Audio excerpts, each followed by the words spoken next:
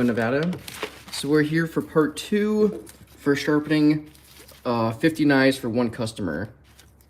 So we did a whole bunch yesterday, had to stop a little early. So we have only sharpened these with the 600 grit right here. We still have the rest of these. And then these are mostly all folders. Then we have a whole bunch of hunting knives. So I'm trying to do everything in batches. So I have my 600 grit Trizac belt.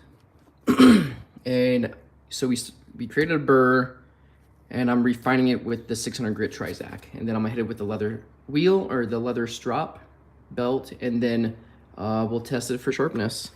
So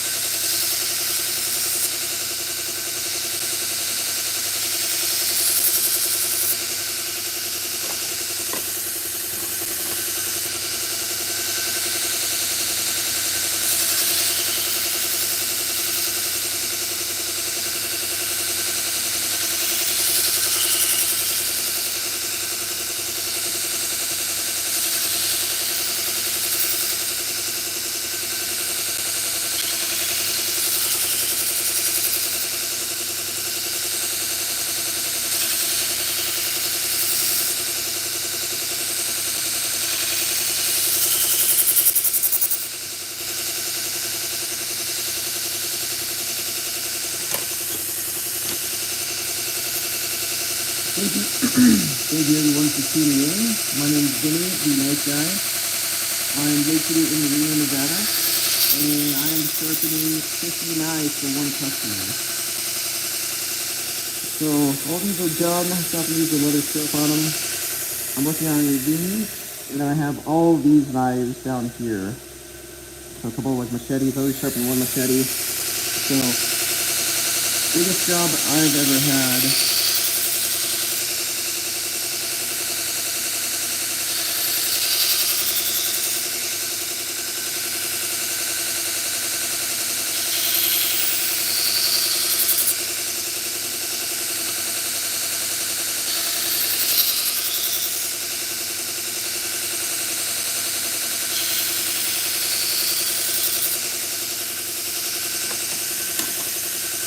Because of beautiful selection of Sparko knives, Benchmade,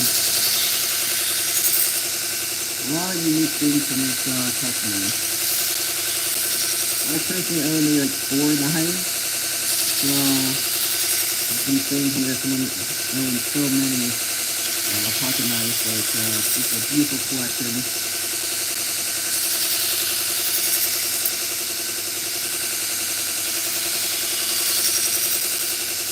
I'm using my 600 grit Tri-Deck belt right here to sharpen it. I'm going to pop here, put it freehand.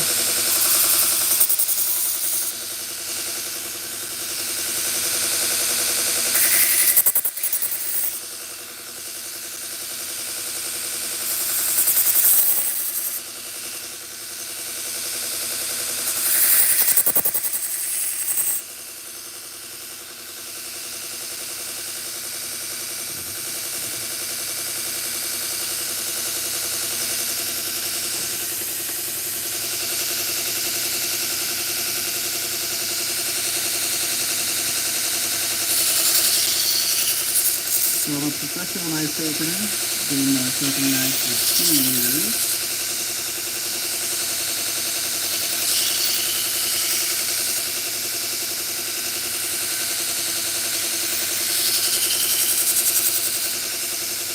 So I always sharpen on a 1x30 belt sanders, these are modified belt sanders.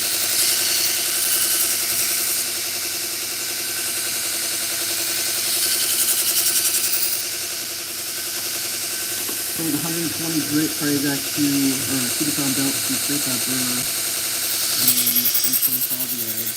And now this gray belt is a 600 grit Tri-Deck.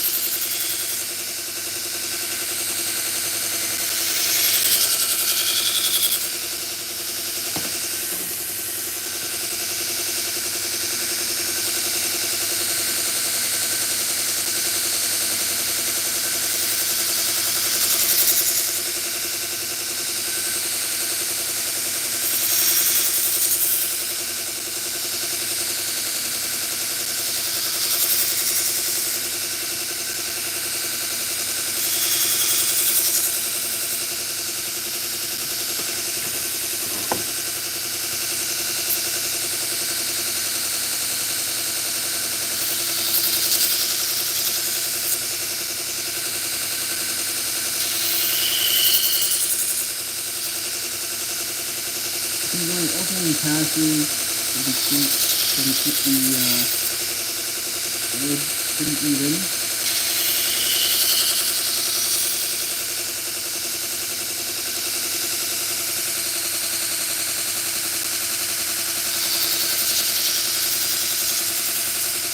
And I like edge leading because I can really focus on that tip and make it really sharp.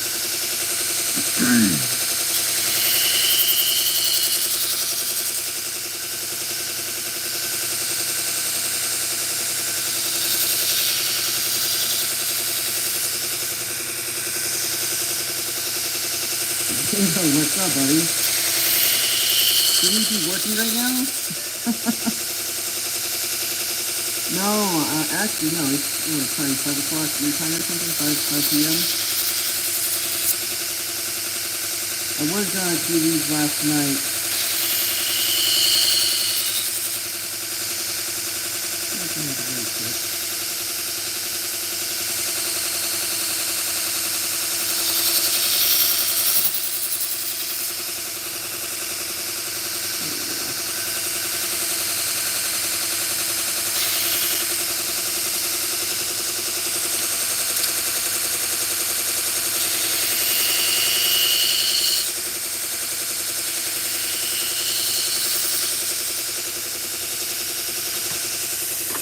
So we're almost done sharpening these, buddy. I'm gonna take them to 600 grit and then I'm gonna use it and we'll take it to my other strop.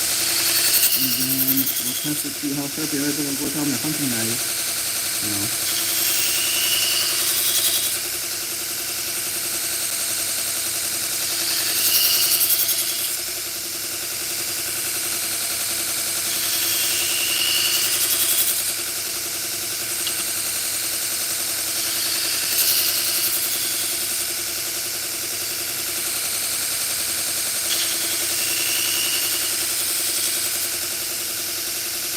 his brother always told to make sure. Oh, sweet, man. That's good. That is good.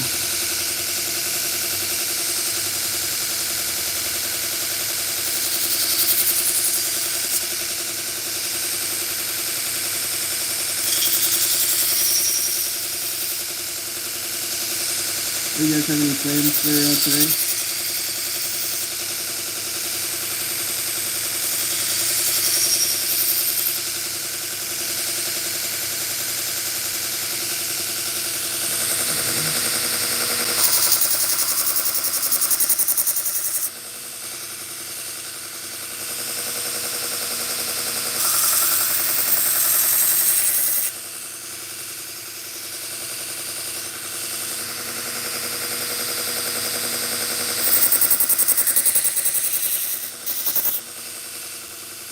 Audio. Oh, that's right. Hold on, but I don't have my, that's right. I don't have my, microphone in. Thank you.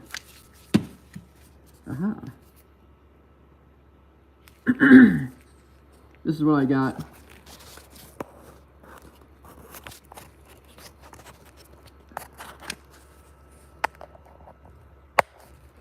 There we go.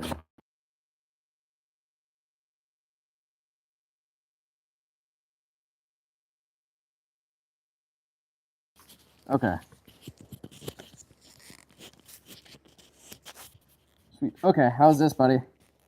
Can you hear me now?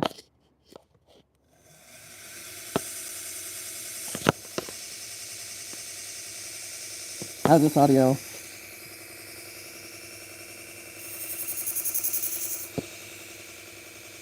Sweet. Okay. I felt like I was forgetting something. I'm like, oh, thank you for reminding me.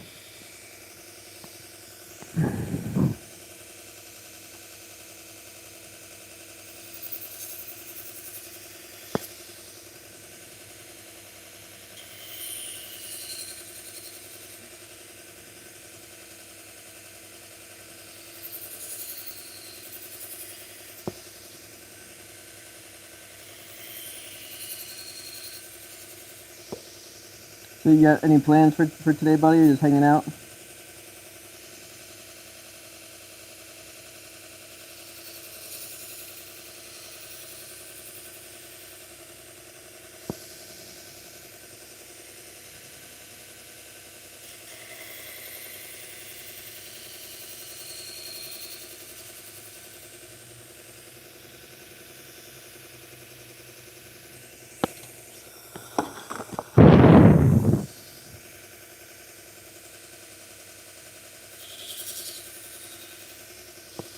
Just chilling. Yeah. So I'm wrapping up this customer. He's gonna pick up his knives in 3 hours, so I'll probably be done with these in maybe an hour or so. So then I have another customer picking up a knife, but I have that in my drop box, so I can keep sharpening these. And then so it's 8:30 a.m. my time, so around noon, this customer is gonna pick up these 50 knives, and then I have another customer coming around 1:30 to drop off some, like, maybe 2 or 3 knives, nothing too crazy.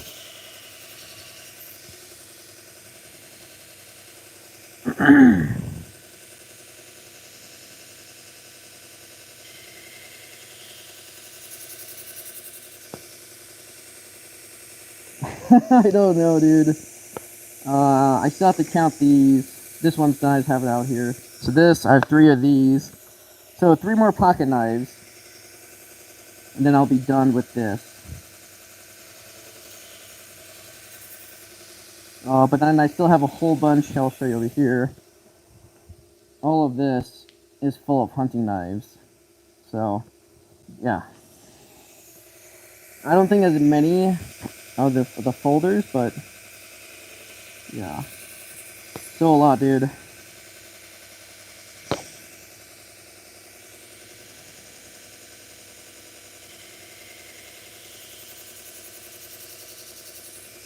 think I'm gonna separate it into 3 different burritos. One's gonna be like these EDC folders, And then I'll separate another set of just kitchen knives, but I think he only has like 3 actual kitchen knives. And then I'll separate the last ones of like hunting knives.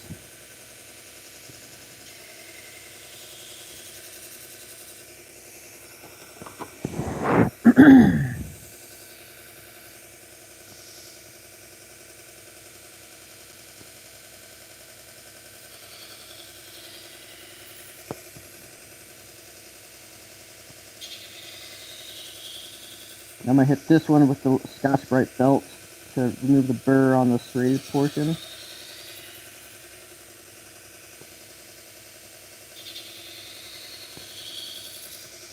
Let's get getting some serious work done. Yeah, man. So, hopefully I can just hammer all this stuff out.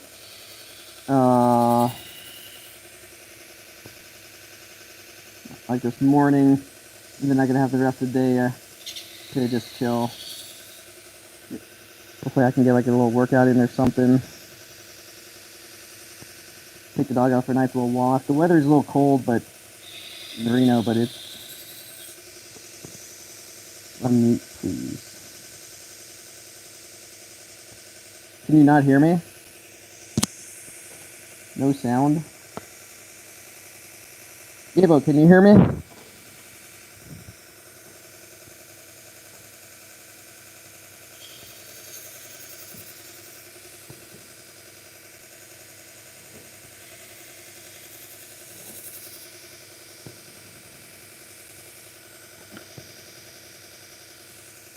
Check, check. Can you guys hear me okay?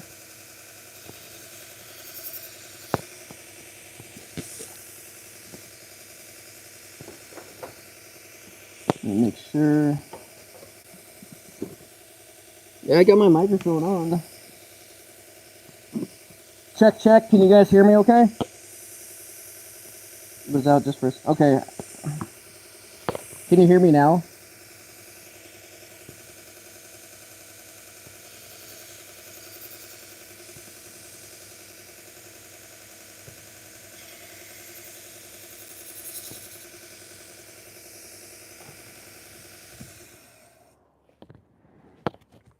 Okay. Sweet. So, I'm done sharpening these knives here. I'm going to take it to my leather belt. First, I'm going to use my Scotch-Brite belt to remove the burr for the serrations. Alright.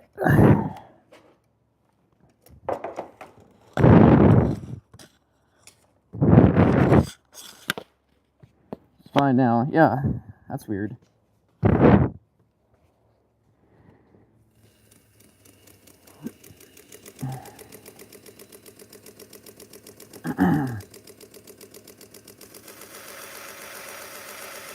I love this Scotch-Brite belt. It works on serrations so well because you can dig into it a little bit. But for removing like the burr, for some reason on the straight edge ones, it just didn't do like that good of a job, which was frustrating. Alright. Ah. There we go. Alright, you gotta spend a little more time on it then. Still need to remove the burr for the straight edge portion. The burr is gone with the serrations. Alright, let's do this one, see how it works. So just using a standard leather belt, nothing too crazy.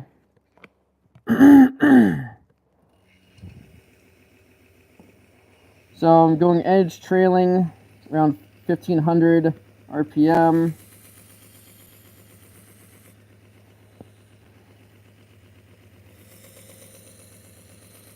So a lot of these have like a little grime on it, so once I'm done sharpening, I'll use some rubbing alcohol.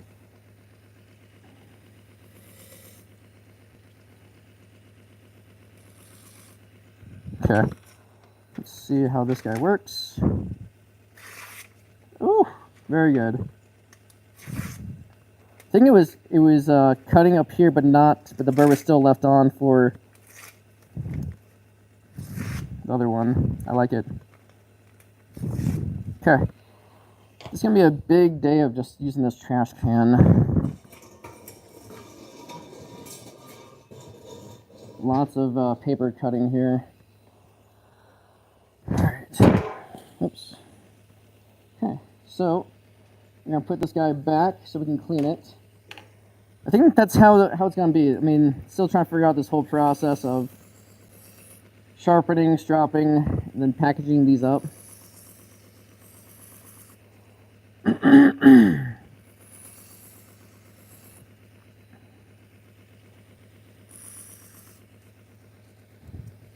Tiny little guy.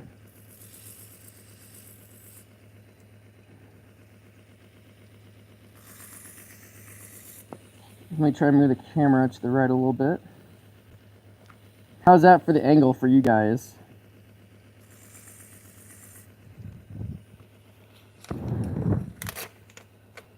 Tiny little guy.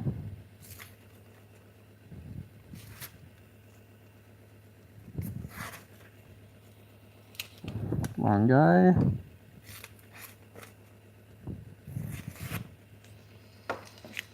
Got my battery charger here just in case the phone goes low battery.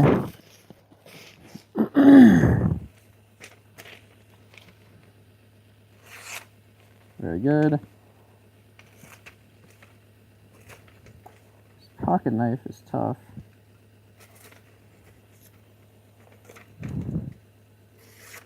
There we go. Probably not the best steel for the pocket knife, but it does cut.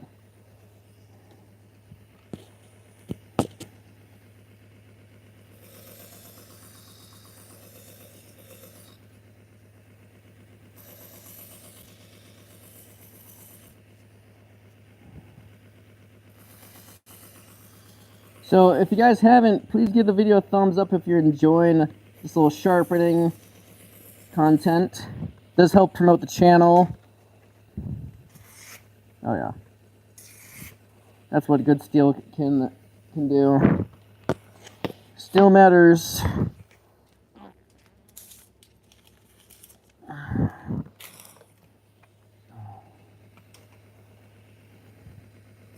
So what the leather belt does for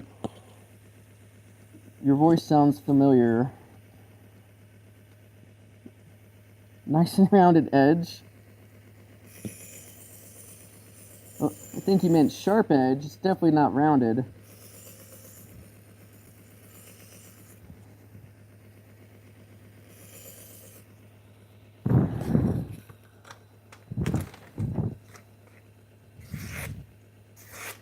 Very good. Oh, my voice sounds familiar. I don't know.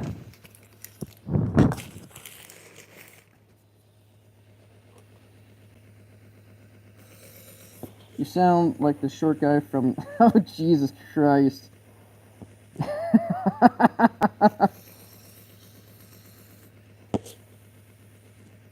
Oh, my God.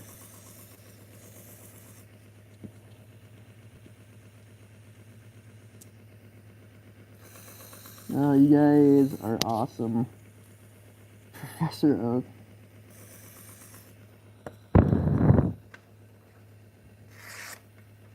Beautiful.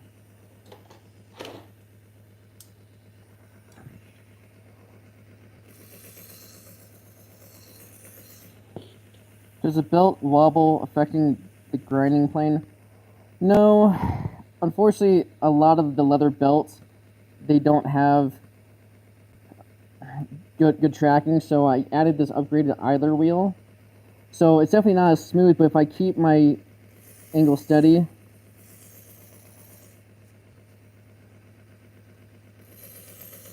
that's why I, one thing also, the belts do stretch over time.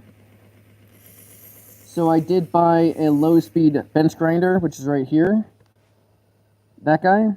So I'm swapping those wheels out to get leather wheels from Cliff Curry. So apparently those obviously don't wobble as much, and they don't stretch over time like how the belts do.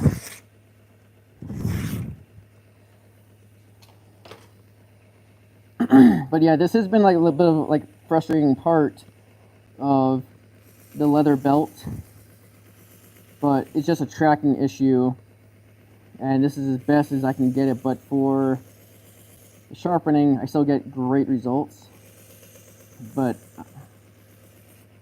it's just part of like a natural material that is just tough because they're not all made the same.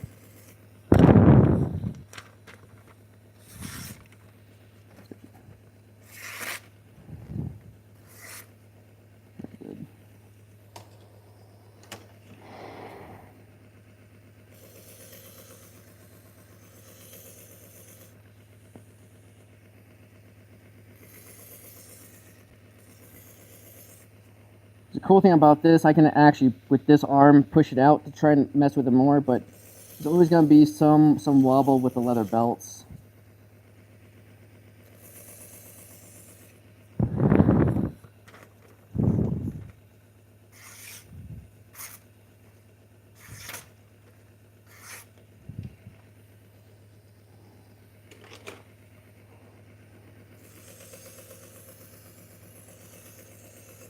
I don't think it affects the sharpening itself. I mean, the knives are always wicked sharp. I think as long as you just have good practice, so like when I, especially on this, I'm definitely locking my wrist and just freehanding. Well, I am freehanding, but locking my wrist and rotating like my body. So, but yeah.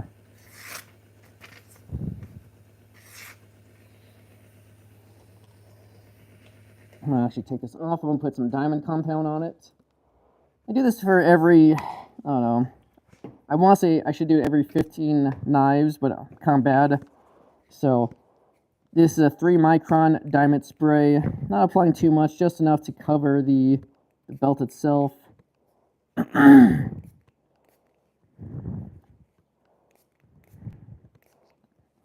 good.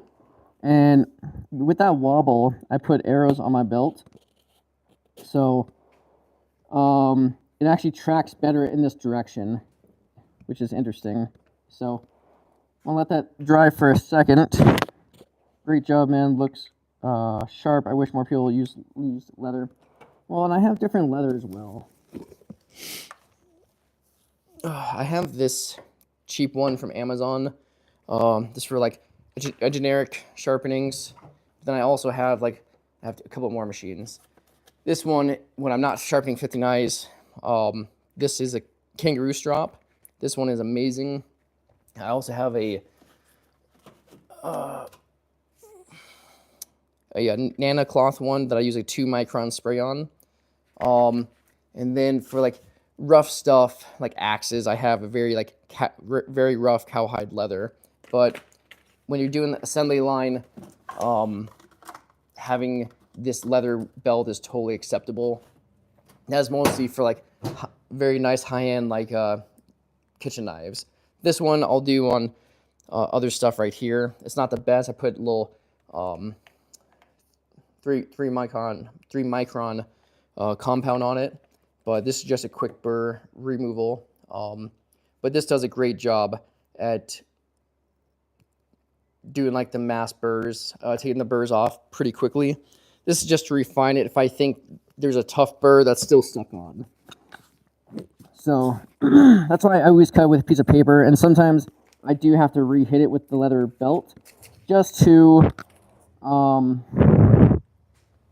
remove like the burr. So it's quality control as well. So all right, so I'm just doing that because I don't want that material flying up at me.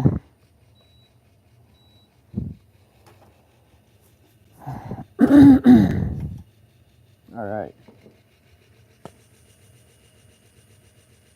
My favorite burr is Bill Burr is pretty awesome.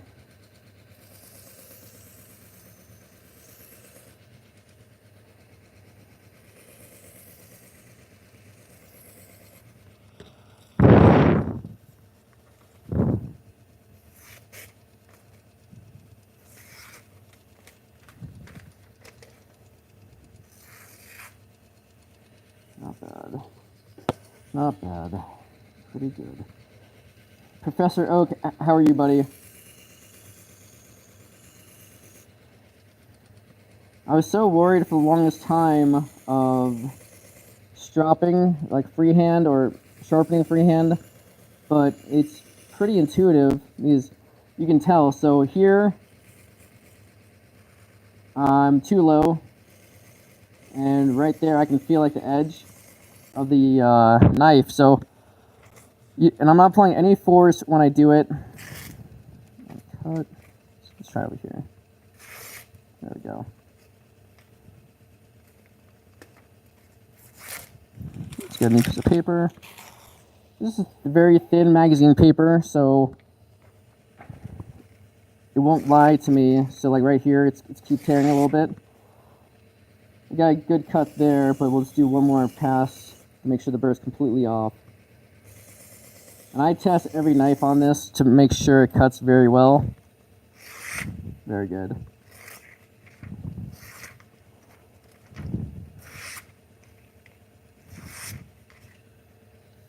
It's a thicker knife too. Sleeping? How's it going, buddy? Hello from Russia. That's awesome.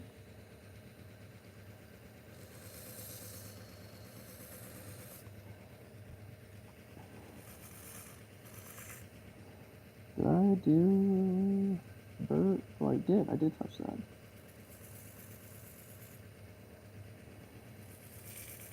I'm gonna use my Scotch-Brite belt on this guy.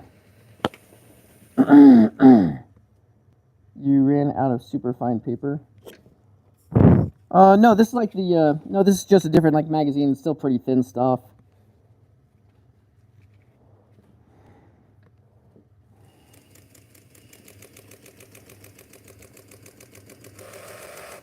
What I love about the Scotch-Brite belts is I can dig the knife a little bit into it on the stubborn burrs, because I create a pretty big burr when I sharpen the serrations.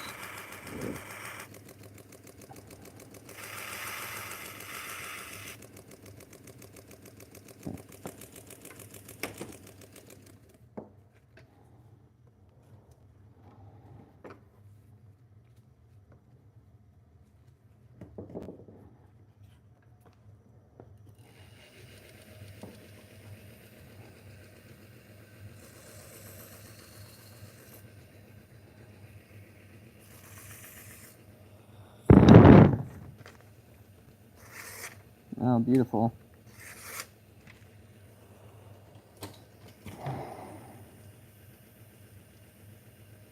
That yellow belt is a Scotch-Brite belt that works really well to remove any burrs on serrated knives.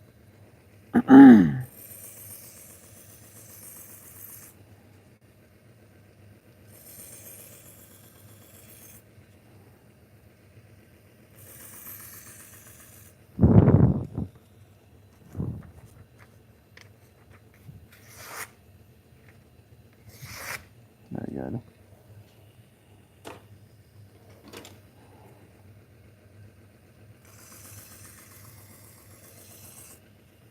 How long have you been honing your craft? Terry, I like that. Professionally, 2 years. I'm a full-time fireman, so I sharpen the knives on my days off. I have a passion for cooking, and my personal knife got very dull, and I'm like, how do I sharpen it? So went through, I used to sharpen on diamond stones, never wet stones, but diamond stones and ceramic stones. So I still have them, but I rarely use it. If I don't have a lot of knives and I'm not on a time frame to get the knives back to the customer, then I may just use the diamond stones. I have a whole jig in my toolbox for it, and then I can just hang out inside. I'm doing everything in my garage right now, but for mass production, I could not sharpen 50 knives on a diamond stone within one day for the customer. See, this one's catching a little bit, so work on the burr a little bit more, using very light pressure.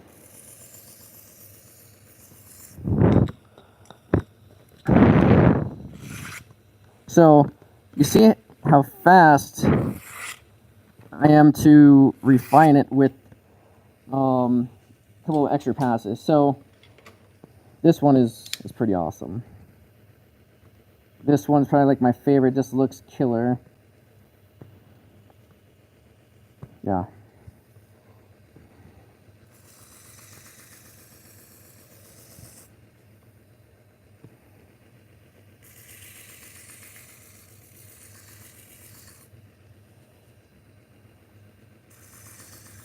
So I started on diamond stones and ceramic stones, and then I started to get a lot busier, and then, whew, I like it. This one's really good. So I first used like the Ken Onion. It does look very custom made, dude.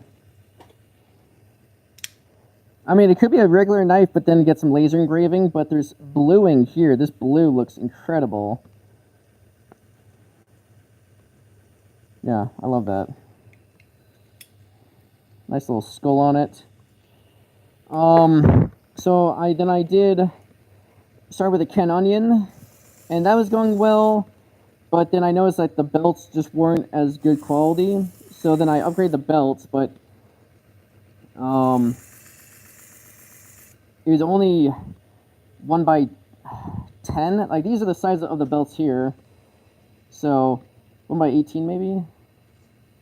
No, I think 1x10. I forget the length of them, but it can only do so much on those belts. And then I found these belt sanders, and they're 1x30, so the belts last longer because they're 30 inches long.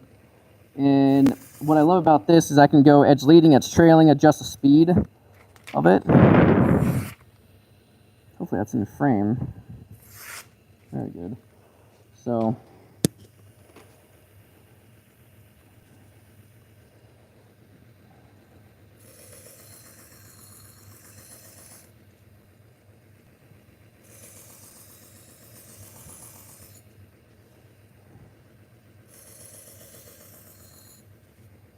and when you do this, I'm just using very light pressure, nothing too crazy. Very good. You can kind of hear how sharp it is. It cuts through that paper.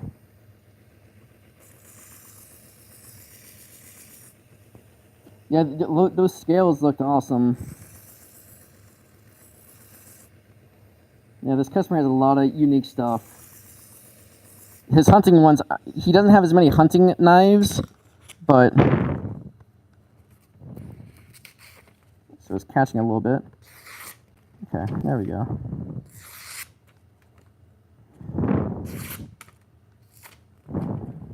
My glove.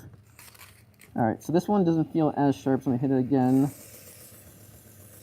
Also got a new piece of paper. So you can see just how well that works now.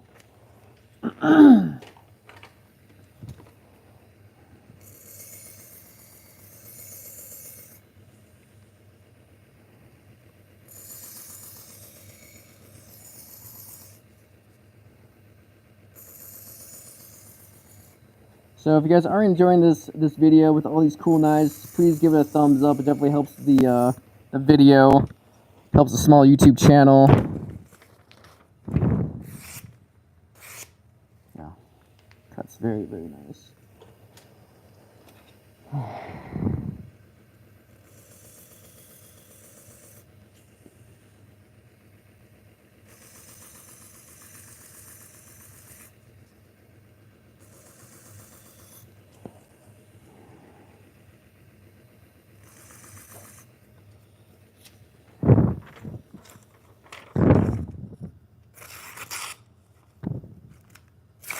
Oh, come on now.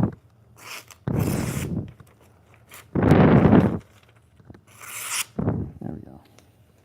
And sometimes the burr will, if it's sticky, will actually pop off if you just run it over a couple times.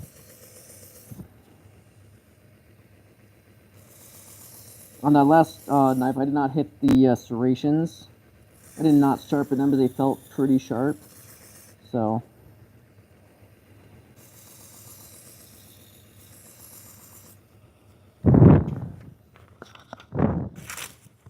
Okay, that one just tore. Can also be like with the paper too. Let me get you guys in frame. There we go.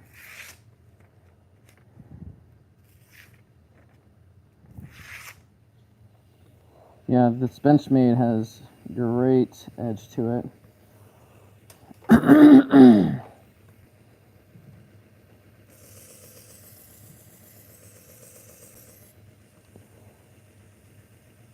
Yep, exactly, Terry. I am 4896. I'm on A shift this year, so I go back to work Sunday, Monday. Are you in the fire service at all?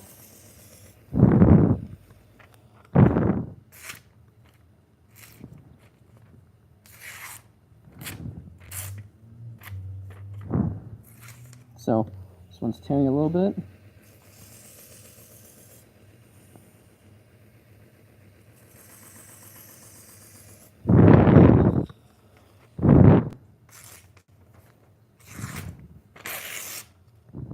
Come on.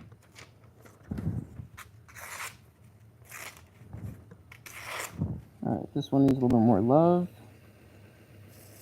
That's why I test every knife, even when I think it's sharp. Paper don't lie.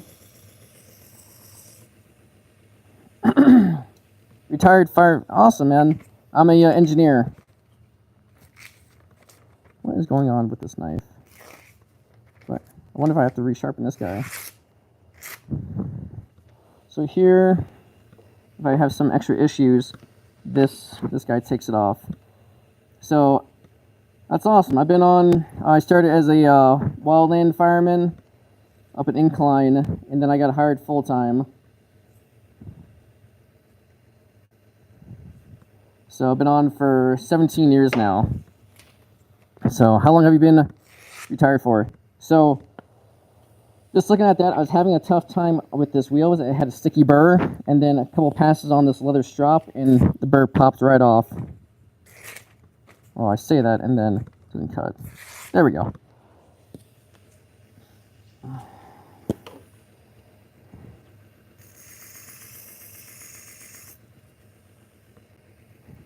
So I got 5 years left until I can be fully retired. So I'm jealous, man. I get on to you.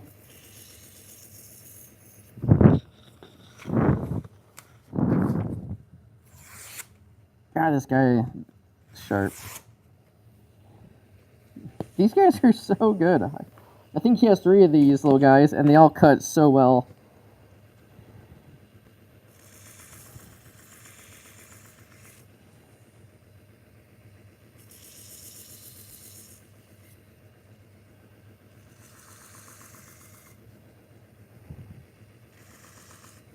I do love the look of this style knife. I always think that's pretty cool.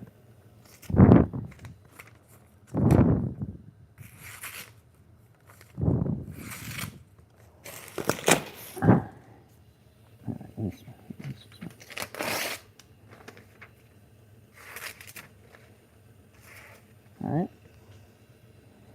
Hit this guy with this strop here.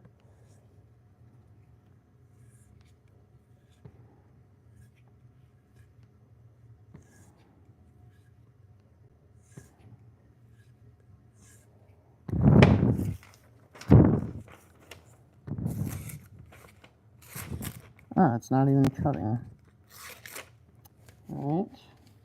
So this guy might have to hit back again, sharpening.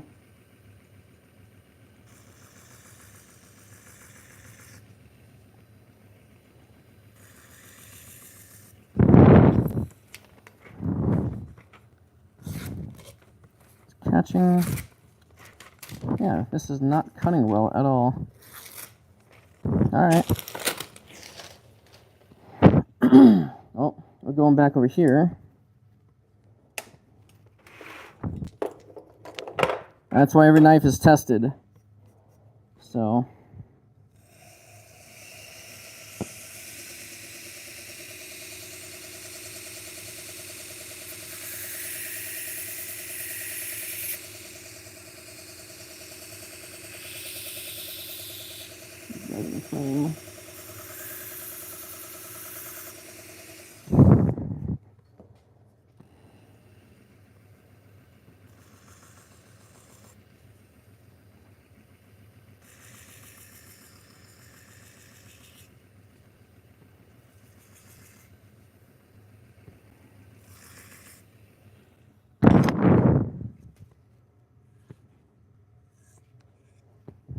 some of the knives are just a little sticky. Do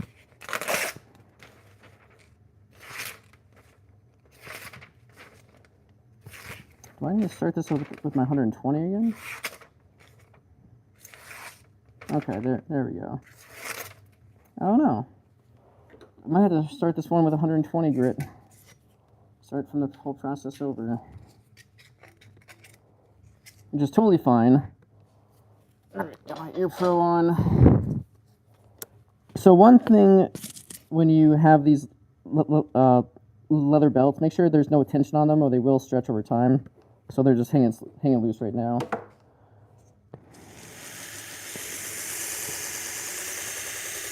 So weird.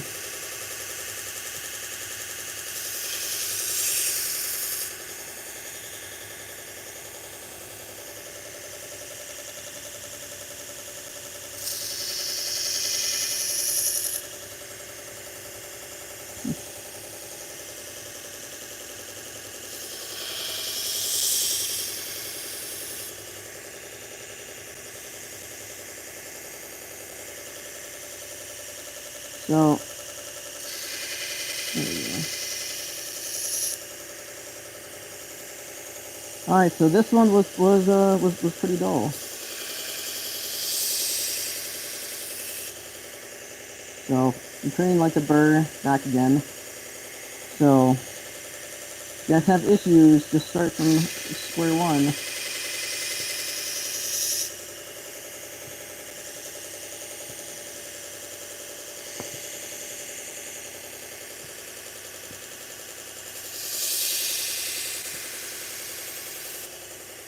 Oh yeah, I can check out with the microscope.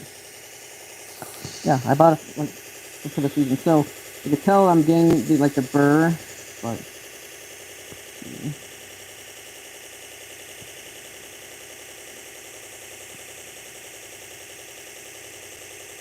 so a little bit of the wire burr there. So I'm hitting like the burr, but so you can see like the burr there. No, you guys can't see. My bad.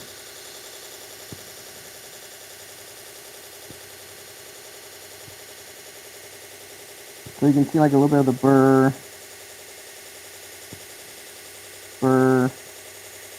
But I don't have it in every spot though. So let's get back at it. Totally fine.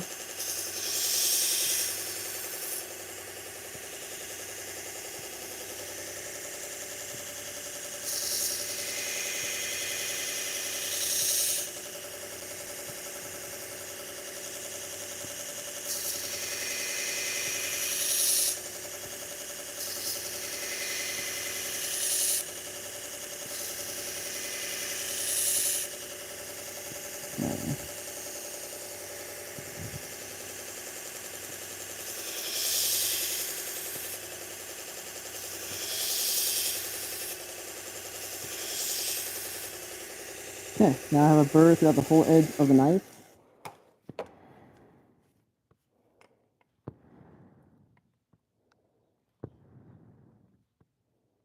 Trying to focus for you guys.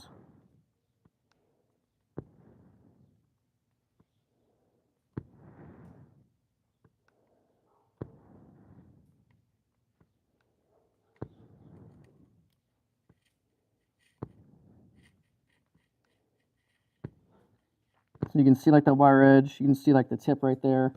So we have a burr now. Okay, so again, sometimes you just have to start from square one, which is totally fine, and find out why you're not having the knife sharp. So this was a mistake on my end. I thought it was sharp, and now it wasn't. But now you can see how to fix it.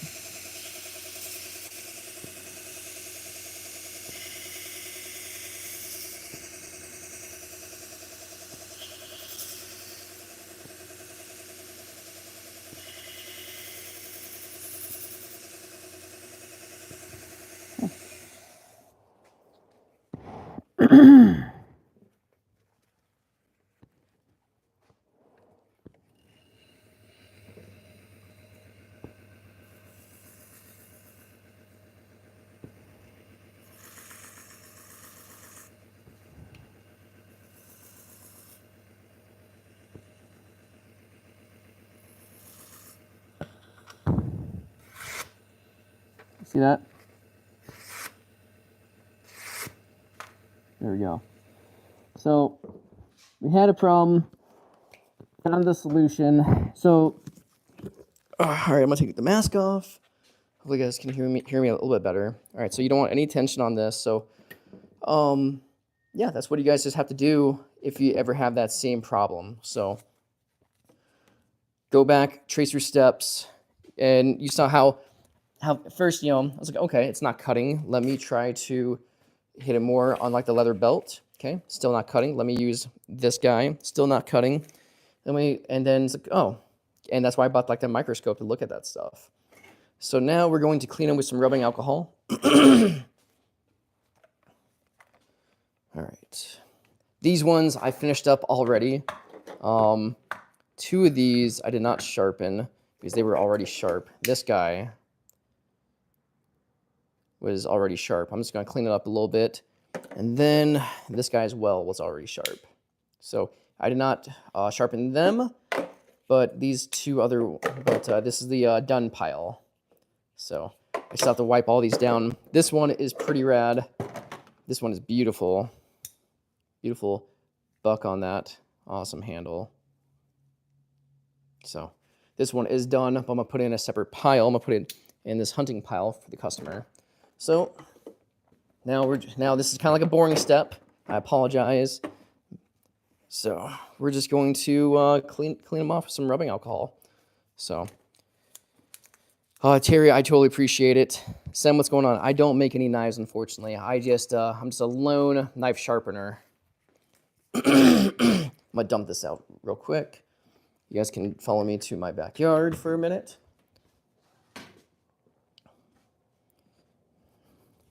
Loud noises when this falls. There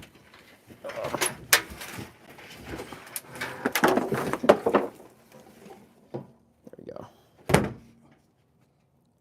No, I don't make any knives. It's a whole different process. All right. So I got my rubbing alcohol. So, yeah, it was frustrating. I had to go back on those steps, but saw like the result. It wasn't cutting at all before, and now it's cutting very well. So for these other black coated knives, I have this Flitz Tactical Matte Polish.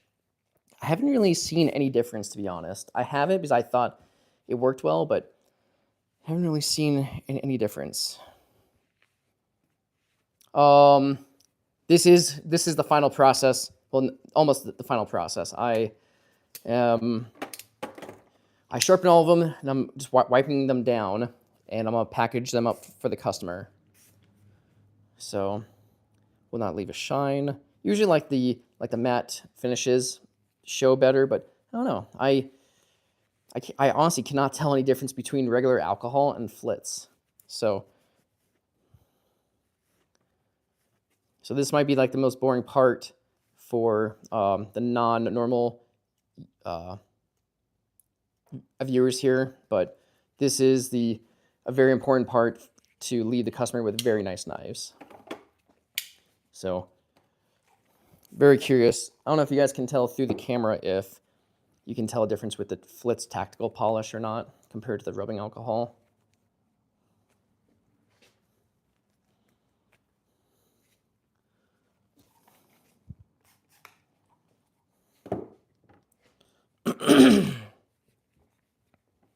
So I probably have 25 more knives to sharpen after I get all these settled up.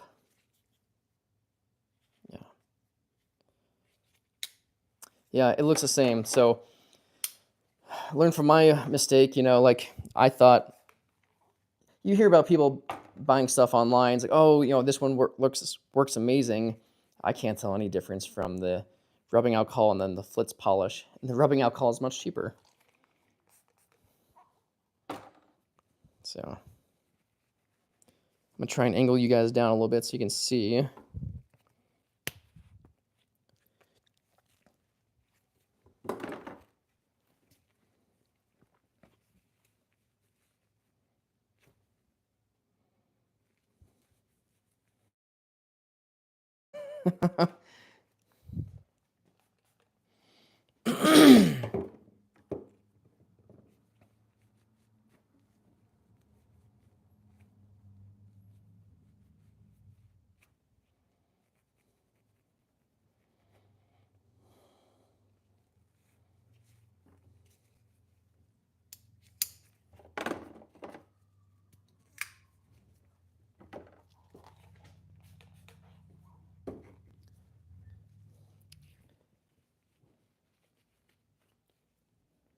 I have, I think, 2 more chef's knives, Terry, to sharpen.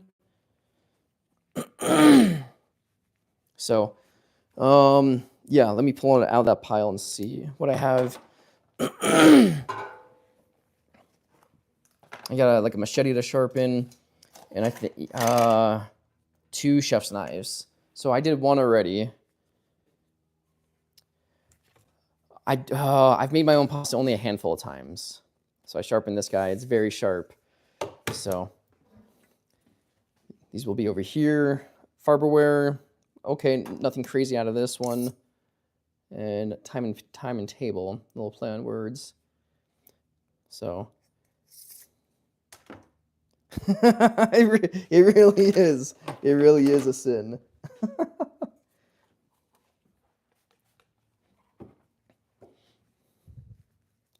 No, I learned a little bit. I went to Italy probably 15 years ago. I learned very little Italian, and I can't speak it at all. I think I insulted more people than anything.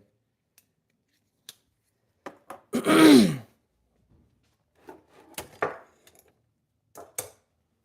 right, swap these out here. Put this guy here.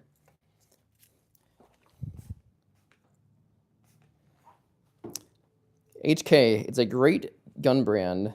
Never knew them for making knives. I am from the US of A. I'm in Reno, Nevada.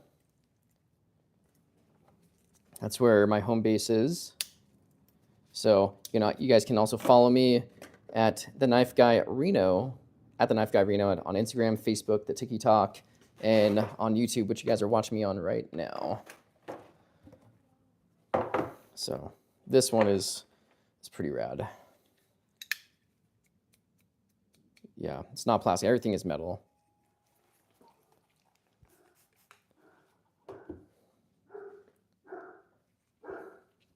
You can hear my dog in the background.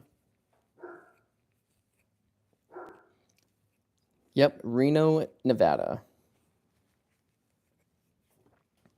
Yeah, this one is gorgeous. I know. I might have to ask the customer how much he wants for it. This one is pretty badass. Yeah, that bluing is gorgeous. I'm about to take a picture of this, post it on Instagram.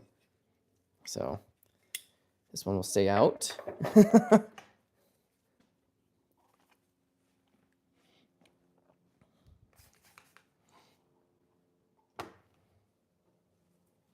So yeah, I feel like this is like the boring part. You guys are just not hearing me talk about like random stuff.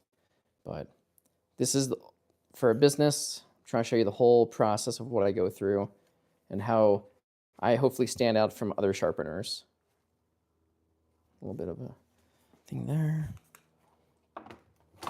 But in probably 10 minutes, I'll be done with this. This is bread and butter of your content. Yeah. The hunting stuff is pretty cool. Yeah, I sharpened 1 machete yesterday, not on camera. And I think you'll like the other one. I'm going to freehand it up on the belt, hit it with a slack portion. So that it'll be more of a convex edge. Yeah, pretty rad. I honestly don't know what the main difference is between this tactical flitz polish than the rubbing alcohol. People are gonna be like, did you make it? Where do you? Okay,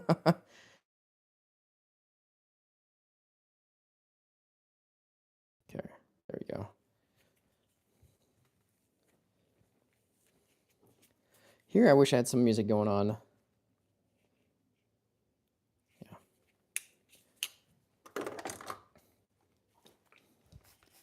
Gable, I really might have to just put you guys on a on the tripod for me to actually give a solid count of these. So find out how many knives I actually sharpened.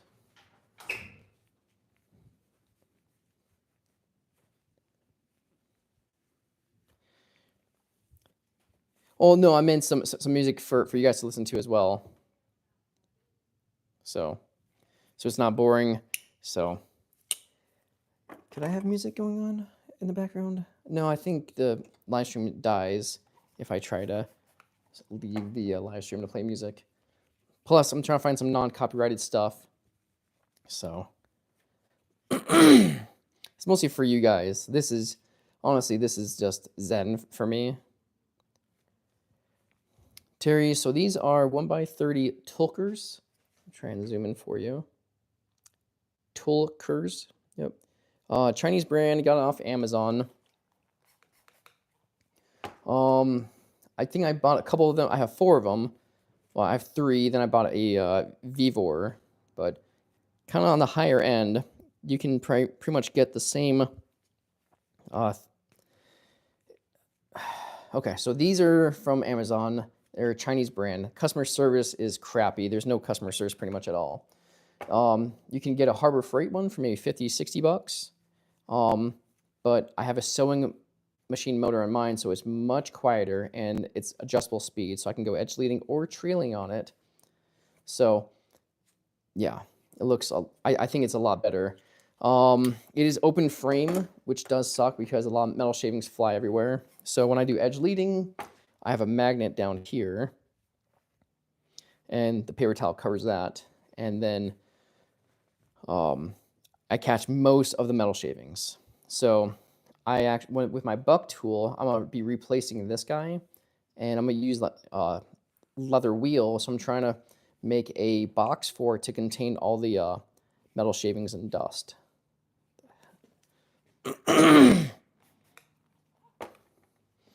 Might have to get some, what's that, Scotch-Brite stuff, or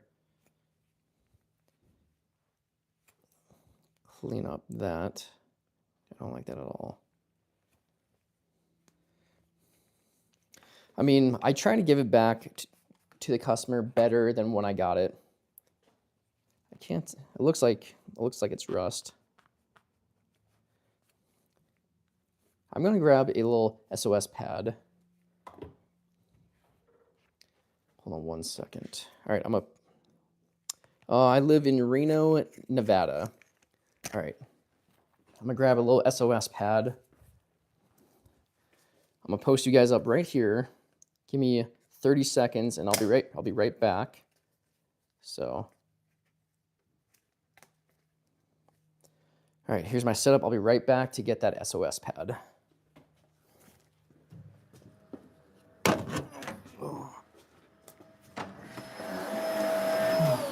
Hola, ¿cómo estás? Bien.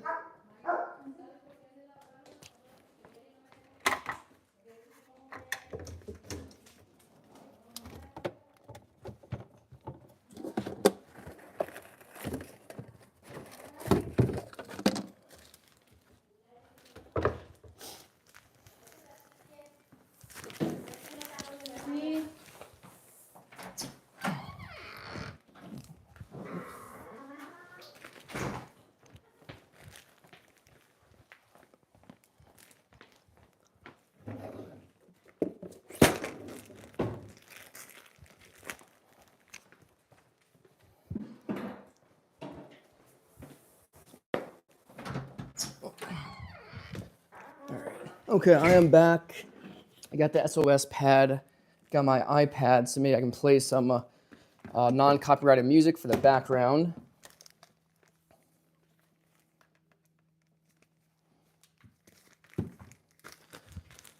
All right.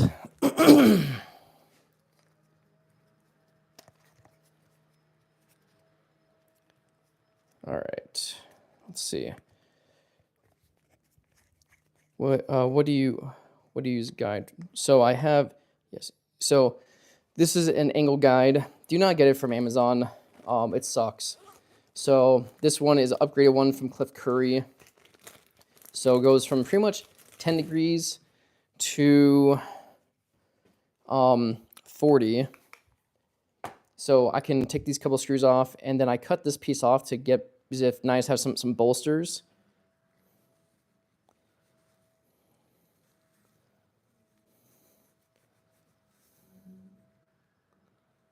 Better make sure it's not scratching up like the knife at all. Ah, better. Look at that. Much success. Very good. So, yeah, how's that? Looks a lot better. So, sweet.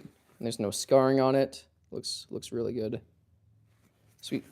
So with this angle guide, I made the size of the belt because it's usually a little bit larger, and I cut this piece off because knives have bolsters.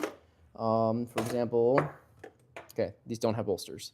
Here's my training knife.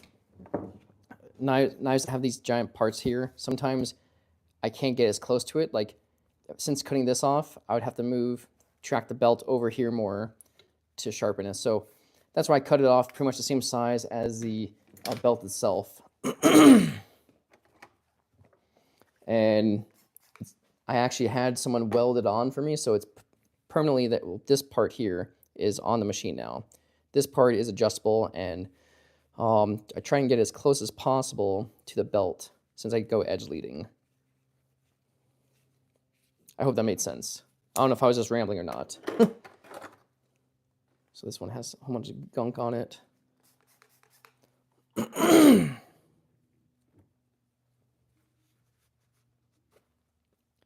So this one you have to be careful about because it has like a protective coating. It has like a little coating on it, so it's just not a stainless steel. So I don't know if I want to rub the Scotch-Brite over that and risk it. So I'm just gonna spend a little time just using the microfiber.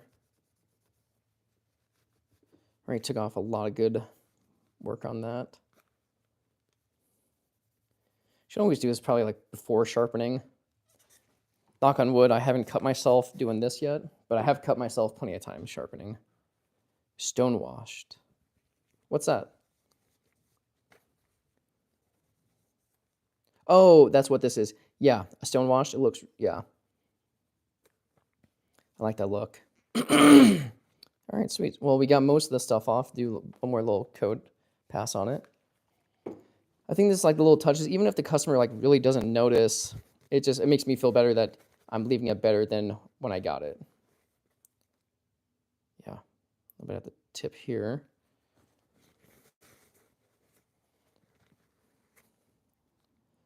Very good. Sweet.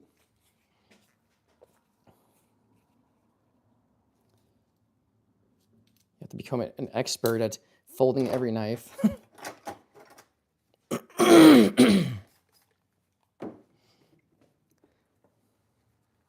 So if I do get the music going, is there anything you guys want to listen to that's not copyrighted? Yeah, this looks really good. Let's see if the iPad's going on. There we go, 1%, perfect.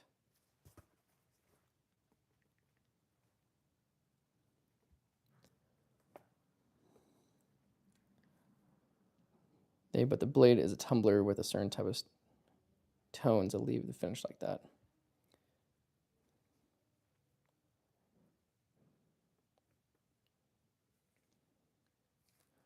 Okay, I'm just gonna let that juice up a little bit longer. Sweet.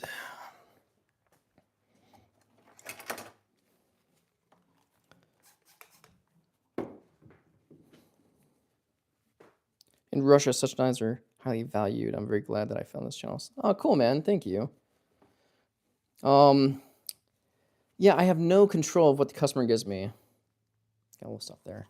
I always hope they're cool, high-end stuff, but yeah, just very fortunate for this customer to drop off these knives. And my goal is to take as best quality of care as I can with them. So this one has some gunk on it.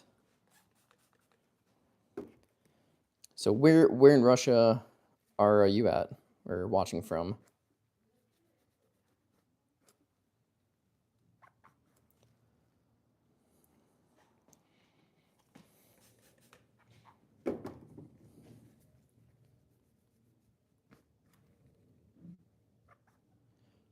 So this is probably like the longest where I've had you guys just watch me clean knives. So I'm sorry. I know this is not the exciting knife sharpening channel right now.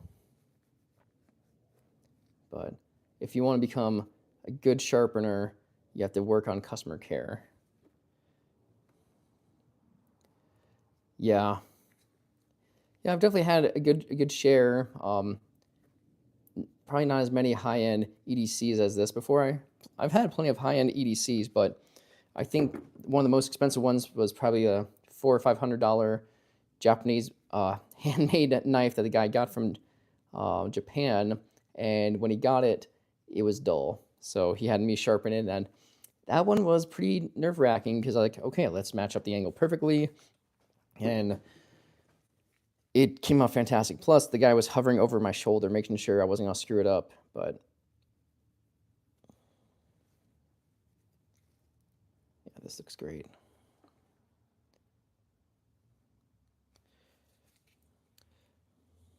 Benchmade Spartacos. This one will probably be... Okay, how do you fold this guy? Okay, yeah, I'm going to look stupid. How do I fold this guy? Assuming something up here.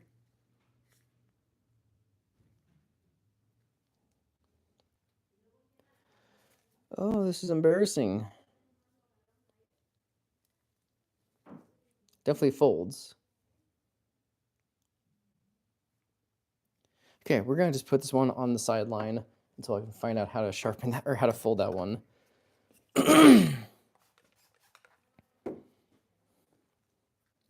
Well, let's try like the Flitz tactical polish on this one.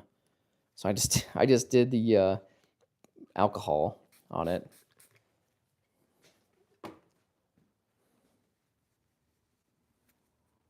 Yeah, I can't tell any difference. So I don't think the rubbing alcohol really makes it shine either. So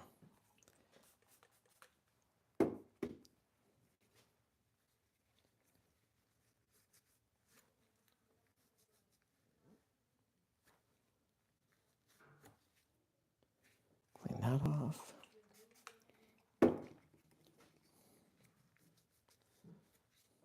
Usually I have like 10 knives to sharpen, and the whole process of wiping everything down is a lot faster. So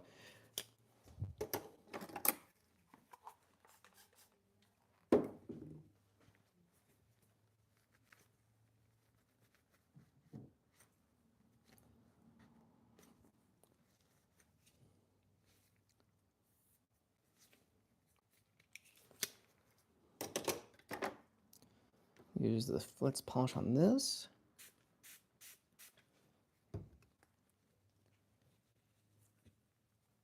Get some rust on this guy.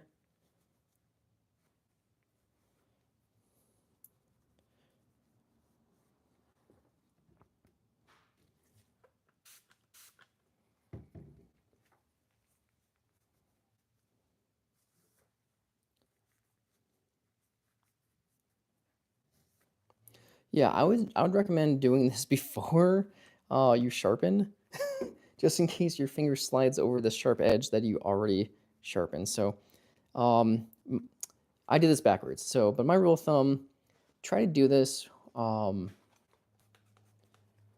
before sharpening. So very gentle with this. I don't want to ruin like the polish.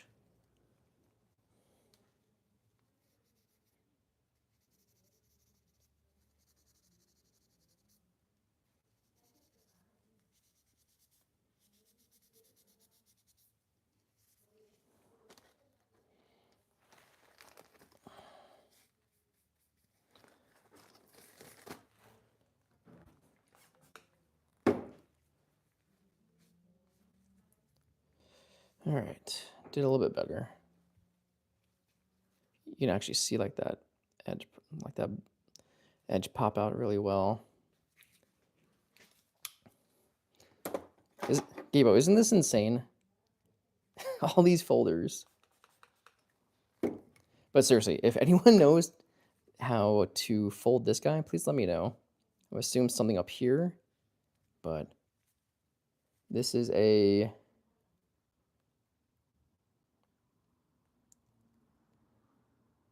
Condemned 06.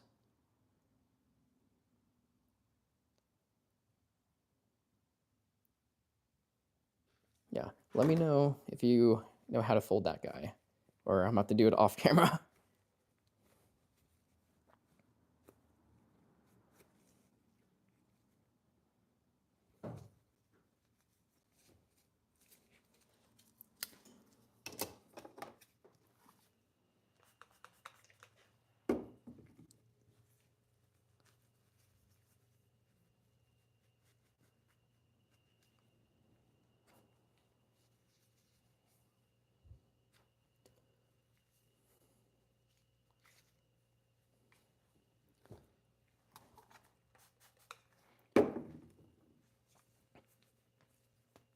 Yeah, all those from one customer are pretty crazy. Yeah, buddy. Insane. But I mean, this will probably be a once in, a few year job. I doubt he'll ever have me do all this again.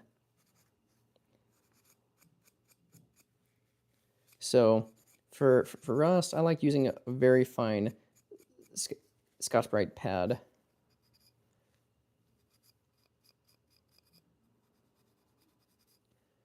Like they make like stuff for wood, which I've used is like 004 or like 000 or 000 fine grit. Okay, so since I'm going towards a tip, I'm going to make sure this is resharpened. Oh, I'm not gonna resharpen it, but make sure that it's good.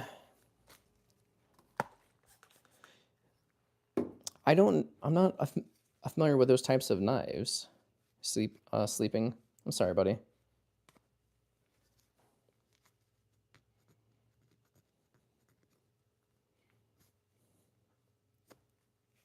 We're getting better. Just a little spot there. Yeah, I don't know if I've sharpened that kind of knife before. What is that, a EDC? Like, what kind of knife is that?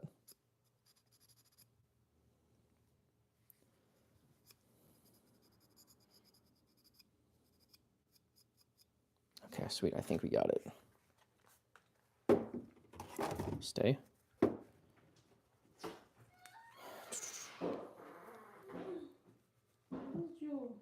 Oh, it's in the bedroom. Yeah. Okay, so we got that. Let's make sure this one still cuts.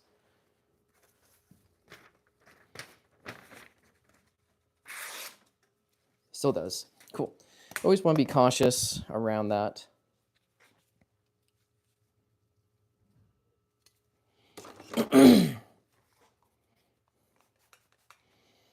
And don't be, I would say, don't assume that your customer is going to notice all this fine work that you're doing, all the detail stuff of trying to remove rust. Like they may be expecting it.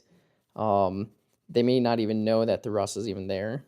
So when you do this, you're just doing it like for yourself, trying to be a good steward for the knives that you're currently sharpening.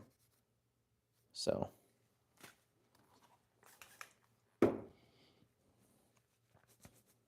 I've polished up plenty of knives, and sometimes at the beginning I was expecting people like, "Oh my gosh, thank you so much." Now it's like, okay, I'm just doing this just to make sure like the knife is good.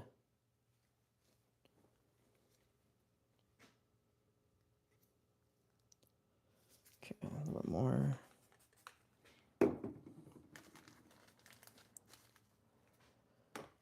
This is,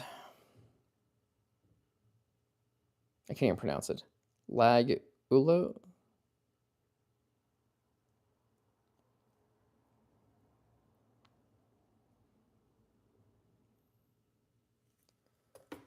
Hopefully that helped, Gabo. I'm gonna Google it. I can always count on you, buddy.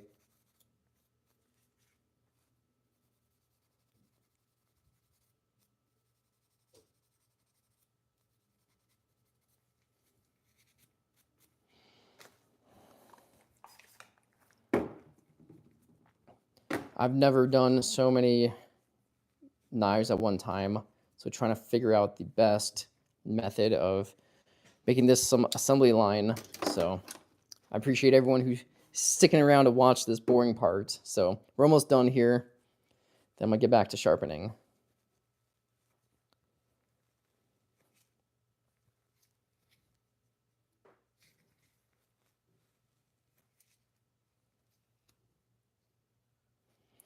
Very good.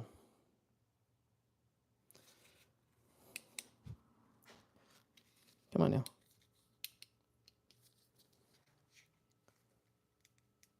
There we go. Like this guy has lots of little rust on it, so we'll see what we can do with this guy.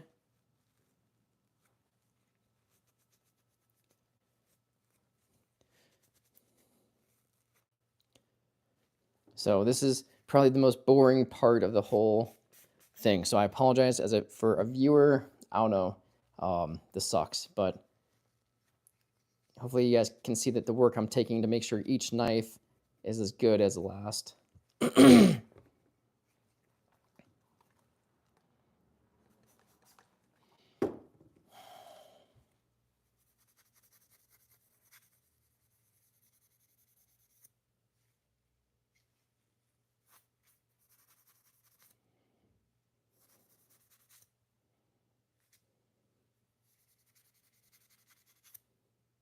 Sweet, that looks really good.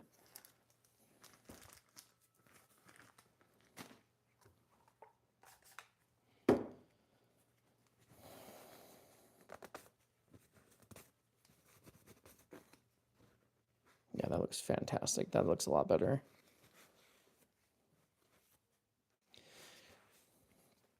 So I always hope that the customer can appreciate the little work that I do for them. But this is just, I think it's just the minimum.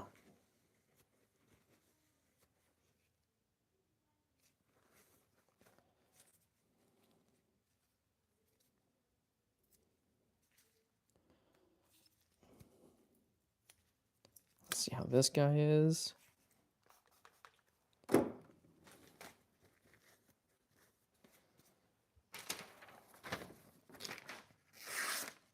very good. So I didn't sharpen this one, so I'm not gonna charge him for that, but I did sharpen this little guy. So it looks like you have to pull. Gabo, I love it, buddy. So it looks like you have to pull on the part that closes on the top of the handle when the spine meets. So pull.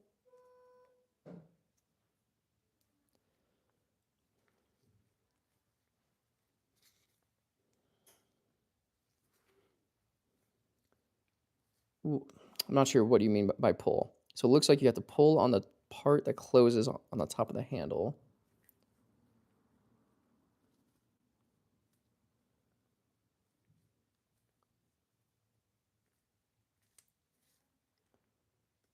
Where the spine meets the handle. I have. Can you help me out, buddy?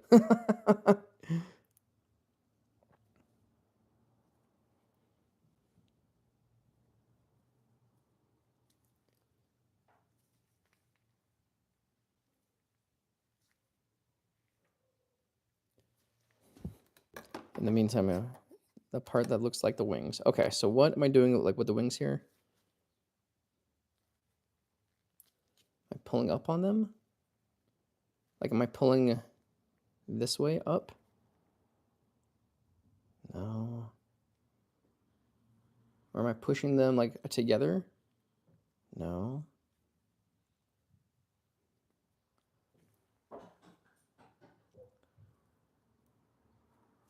Or am I pulling this whole part out?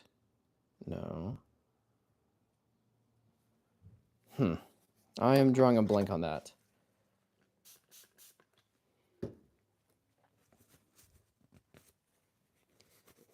can just watch me. Let me check again. I'm failing on social media. I'm sorry.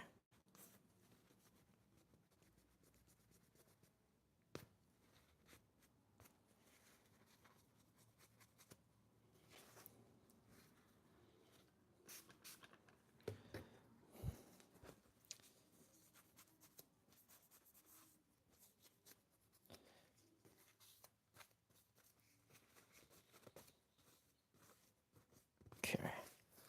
We are all done with all these knives here. Oh, man. Okay, so then we're going to sharpen these two kitchen knives.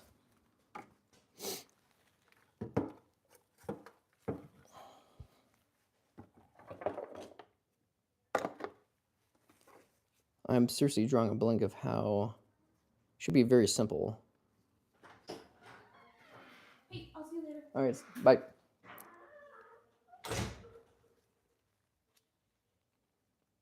Yeah, I am drawing a blank on that one, buddy.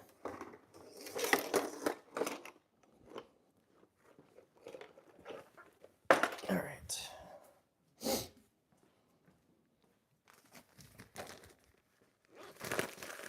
I might have to just do that on the off camera to try and look at it.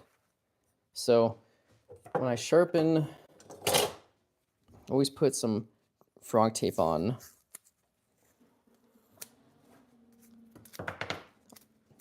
On this to make sure I'm not going to scratch up any of the knives.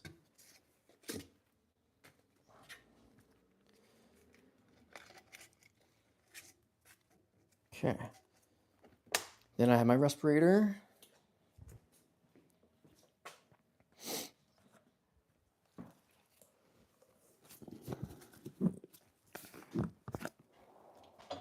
So I'm going to be sharpening at 2,000 RPM. The belt coming towards us.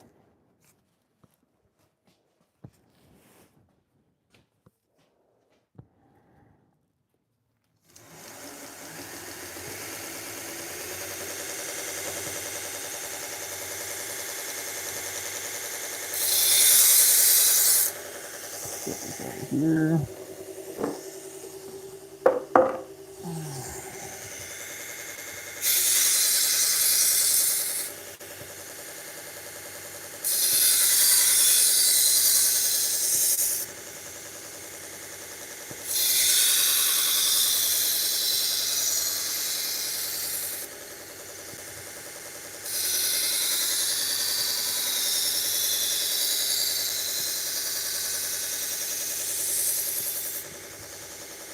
I have a burr throughout the whole edge of the knife.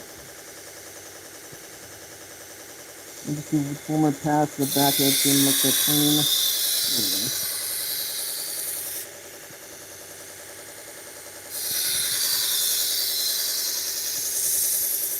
Perfect.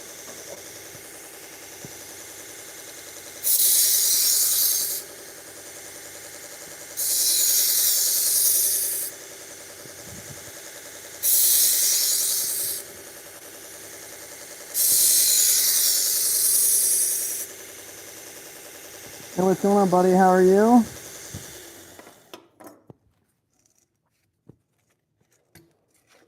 These outdoors adventures. How's it going, man?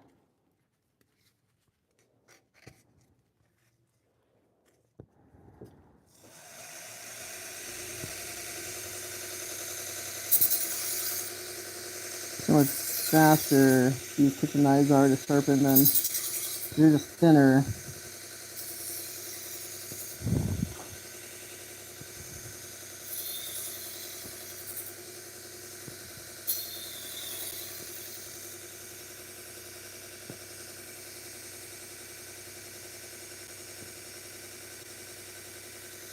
Okay.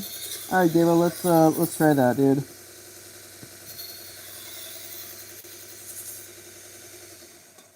Okay. I've got a little bit of a mess here.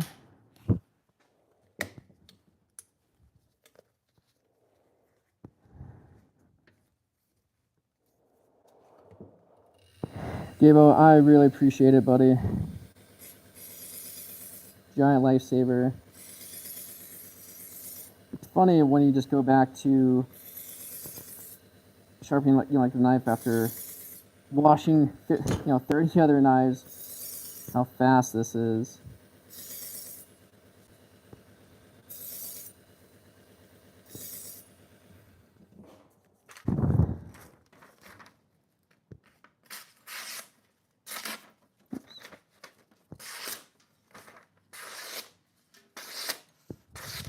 Very good.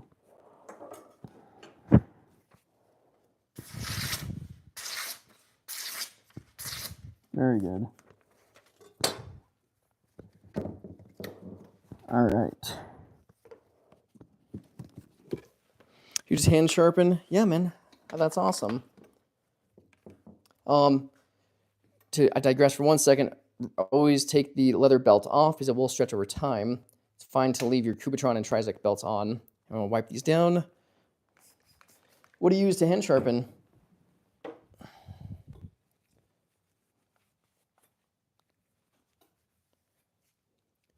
Yeah, I'm not sure if you saw, a customer dropped off 50 knives. So it's still taking me a while to sharpen these, but if I were to hand sharpen, it would take like all week. So, try to get this done in a few hours.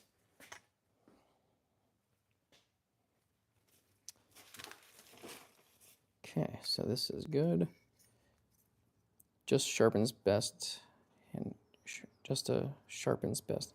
Oh, okay, I'm not familiar with that brand actually.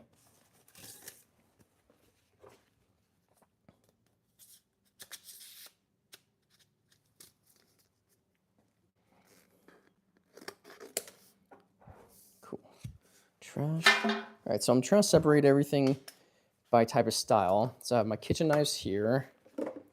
All right, Gabo. All right, so what were you saying? This is what I found. To close a knife, you must apply pressure to the blade. Oh, okay. Right on, dude. To release it and thus be able to slowly return.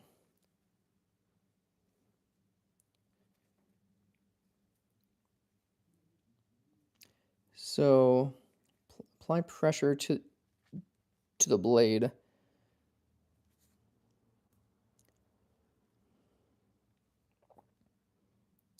Am I pushing down on these little wings right here, Gabo? For the life of me, I cannot. Yeah.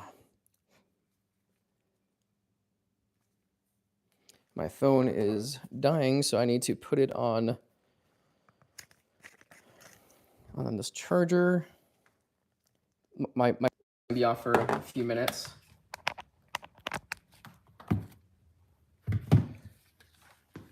I'm gonna put it up here. Wait, so you're saying just push down on the actual blade, like that's it?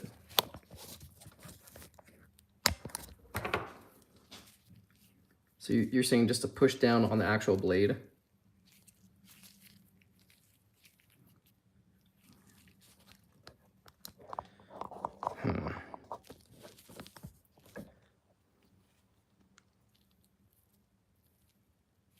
I'm pushing pretty hard, dude. All right, I'm gonna have to.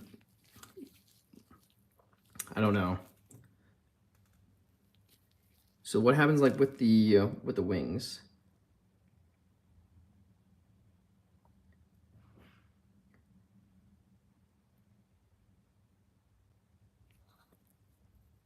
So I'm pushing down.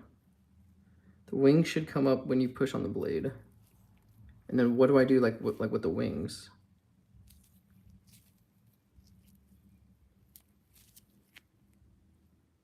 Oh, why am I struggling with this?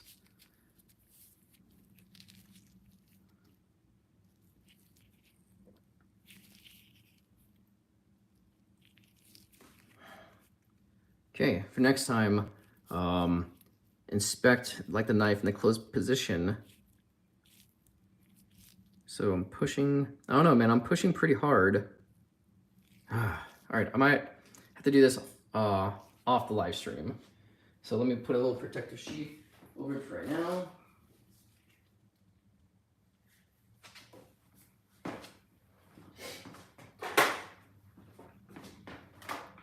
Alright.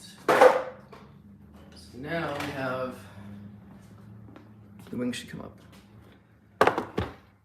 So now we have all these knives to sharpen. These are all big hunting knives. So let's start again with 120 grit Kuatron belt.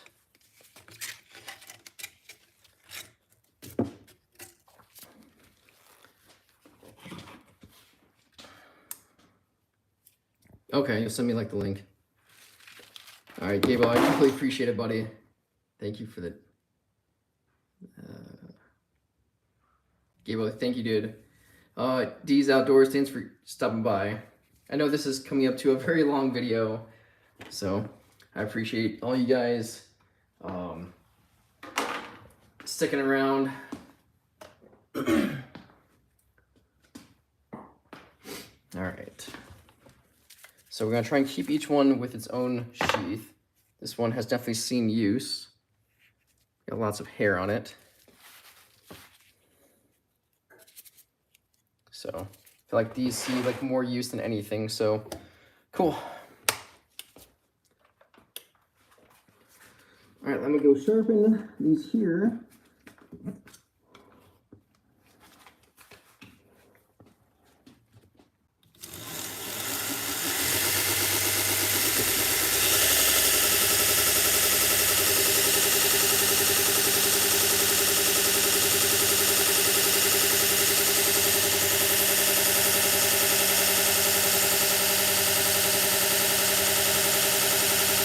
I'm just doing this for my phone to charge.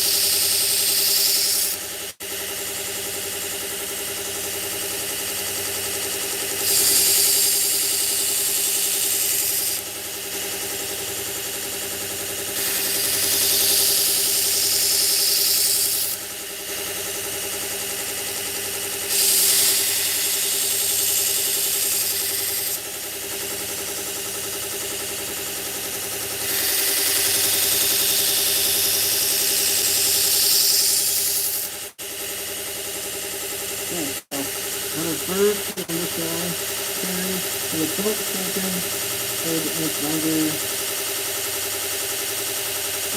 I just use carry. It comes down to the quality of the steel and the heat treatment. Proper impacting is important, and the burr removal. These are the biggest things, buddy. So, people think you can overheat a knife on a belt fender, and you totally can. Like that's totally possible. But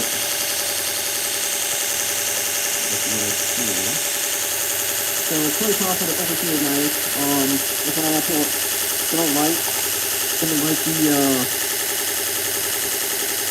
belt, but as long as you're careful, you can still create a very sharp edge in a very short time.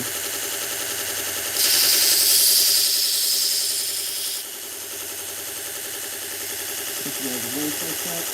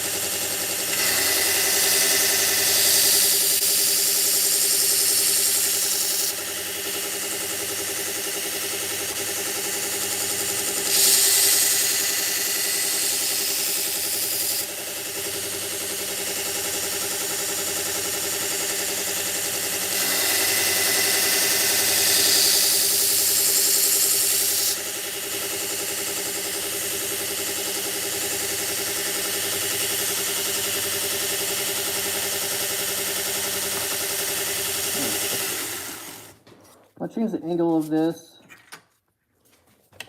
I'm going to resharpen those other ones as well. So the cool thing about this, heats up a little bit. Get all these around 20 degrees.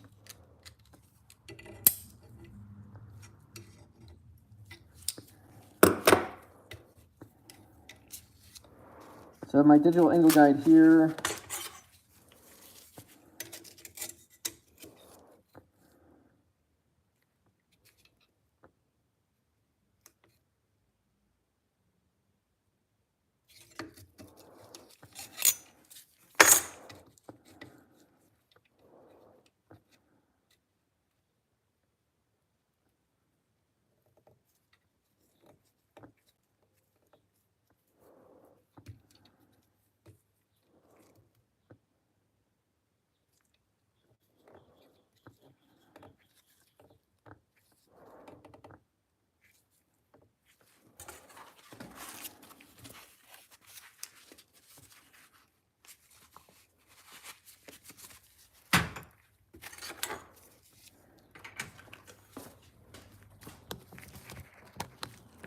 Alright. Get you guys out of here, put you back in my little harness.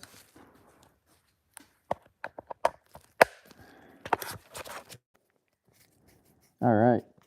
I got you guys back on the microphone.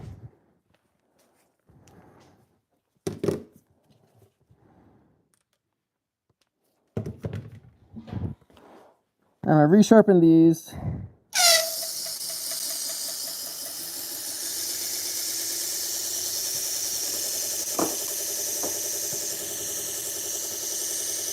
Make sure everything's good here.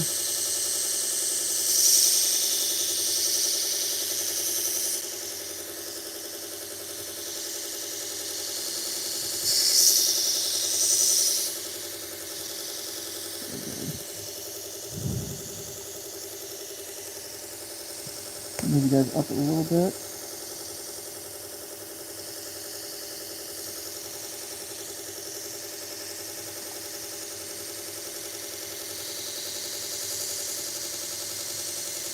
Move you guys up on my phone a little bit.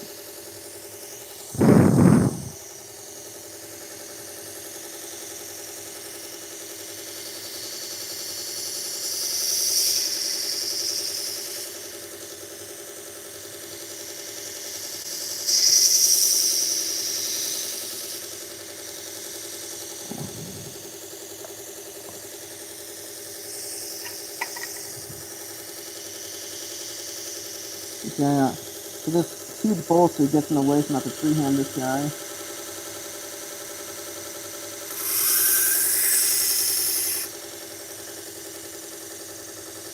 Got a good burr on it.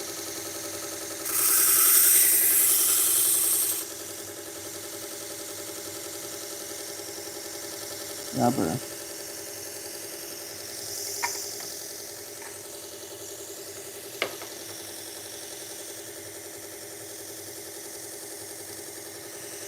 No quality and the angle you sharpen, what angle you could add.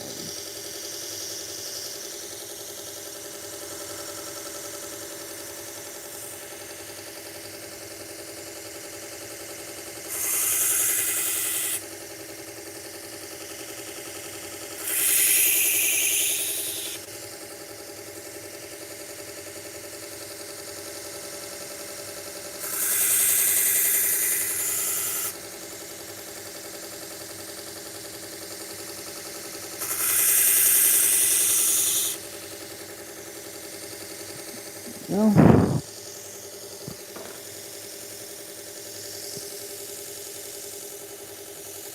oh, this one looks amazing. Barely looks like it's used.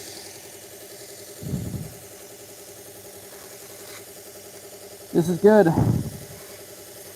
I don't have to sharpen this guy. This one is gorgeous, but so the dude closing the knife just grabbed the handle.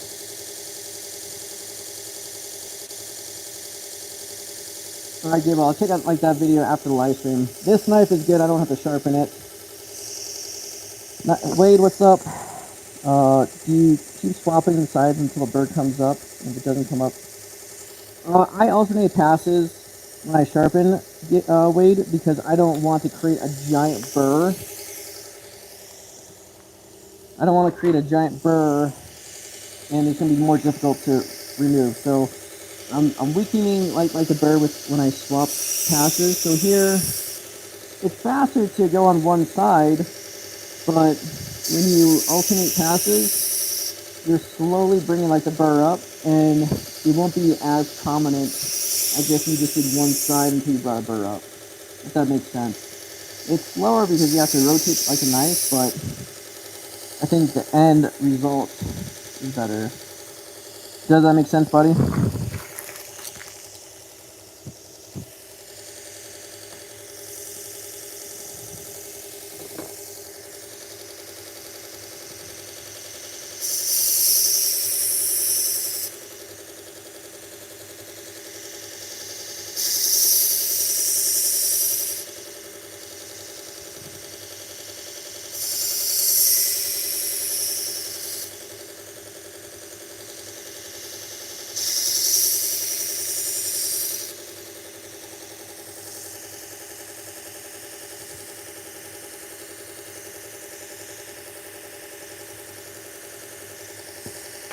There we go.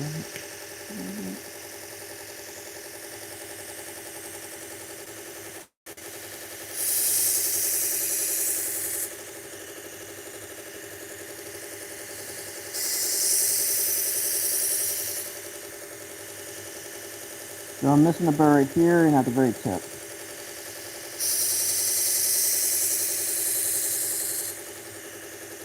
Almost there. A few more passes.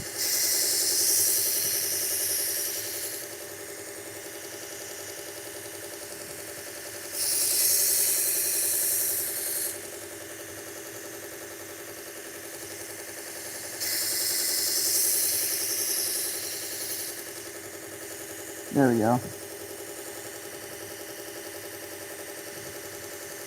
Nope, I still have a little work at the tip.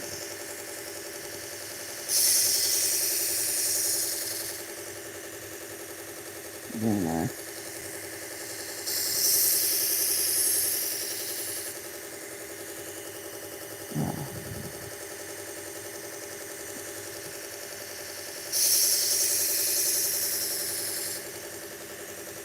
Oh yeah. Almost there.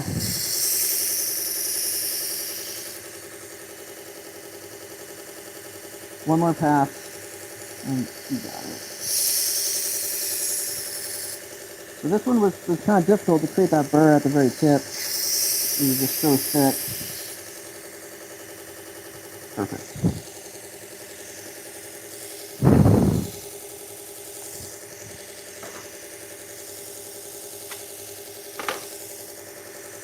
Now this looks really, really nice. This doesn't seem like it's seen any use. Yeah. Yep, this is good. This hasn't seen any use at all. Beautiful knife. Gorgeous knife.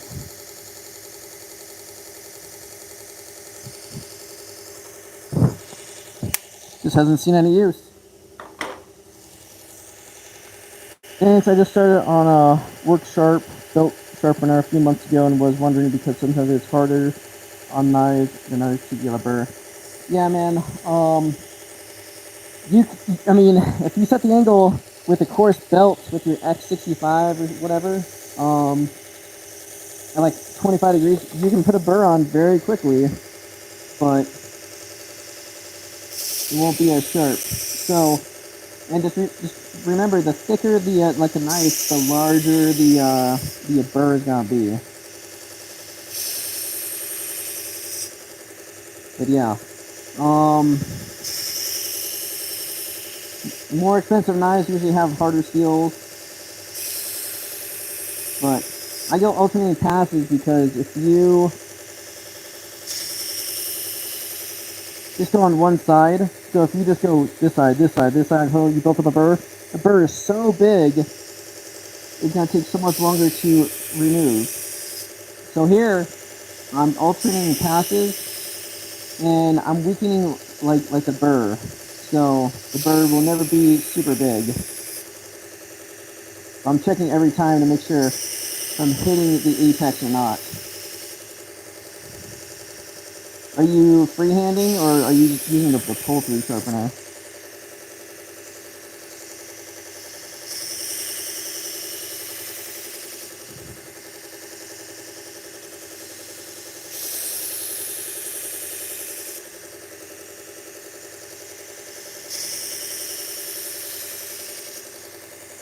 What brand chef's knives do you recommend? Oh, man, this is tough. I don't want what I say is gospel, Terry. I like Japanese knives.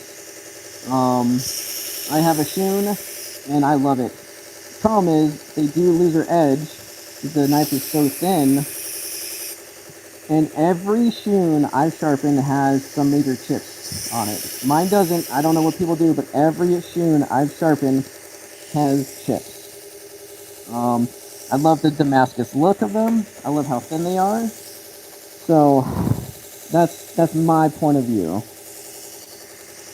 That's my take, buddy.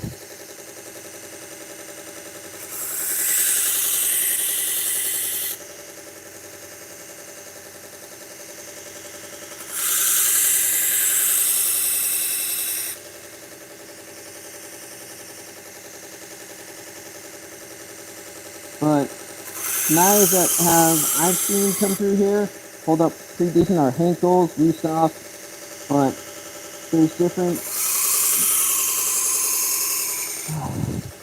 different qualities of steel between all of them, dude. So it's very tough to recommend just the one. Jesus Christ. I don't know how to... Dude, this guy's creepy. I'm not gonna sharpen this, I'll clean it up for him. Oh, jeez. Okay. Man, it's a long live stream today, boys. Whew. All right, just taking a little bit of a breather. Long live stream. Swap out the tape. New tape on.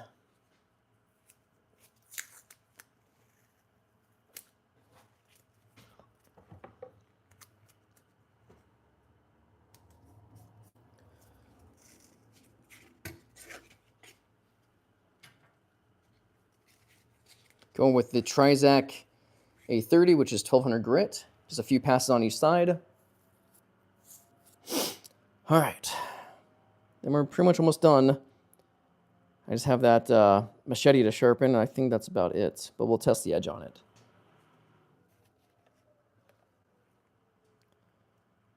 You have to take care of those.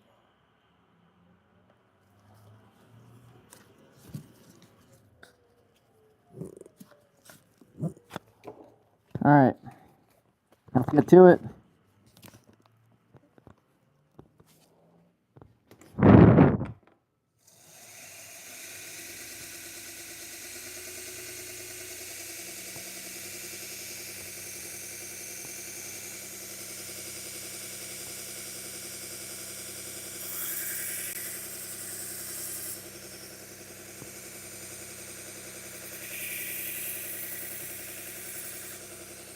Even without stropping, this should cut pretty well. And it does. It's rough. The burr is still on, but it should cut well. Alright.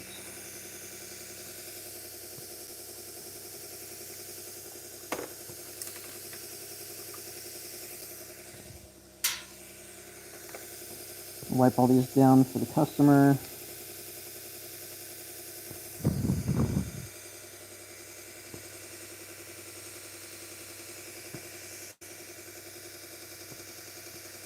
And this will should be only a few passes, even passes back and forth. This part just to refine the edge.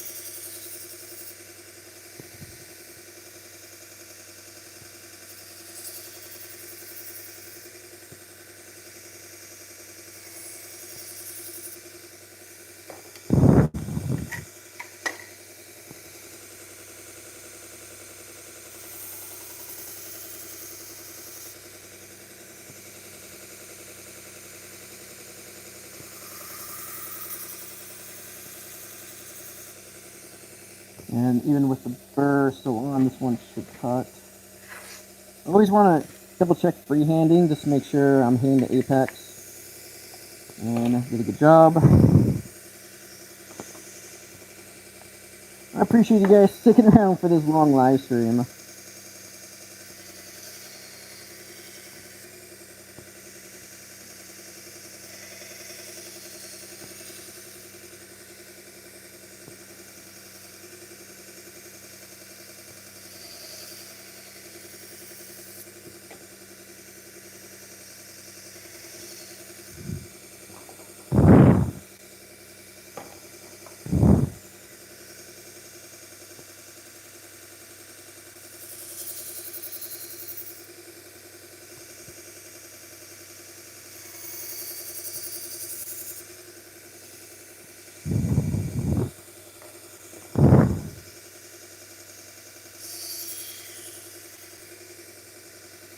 Freehanding on grinder attachment. Okay. Yeah, man, I go alternating passes. That's my best bet.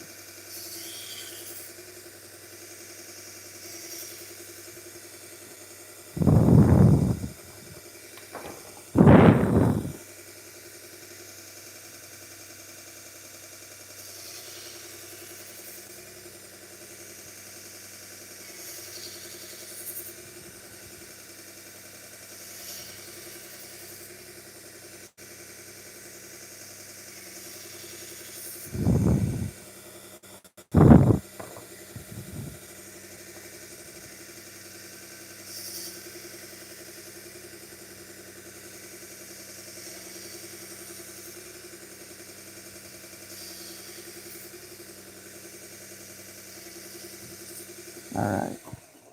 So we're done with this guy here. I'm going to take you over here to my leather belt.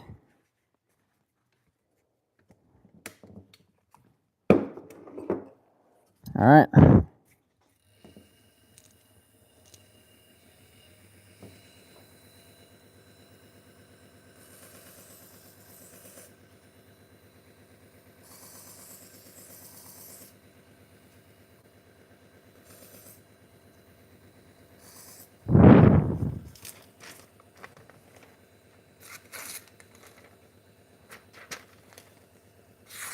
There we go.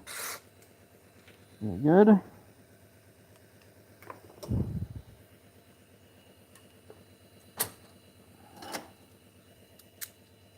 My tool down here.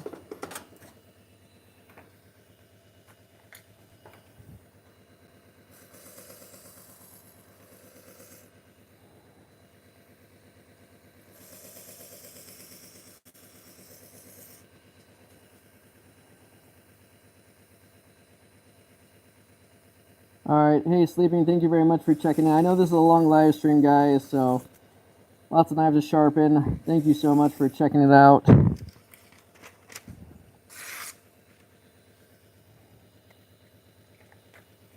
There's other completed stuff here.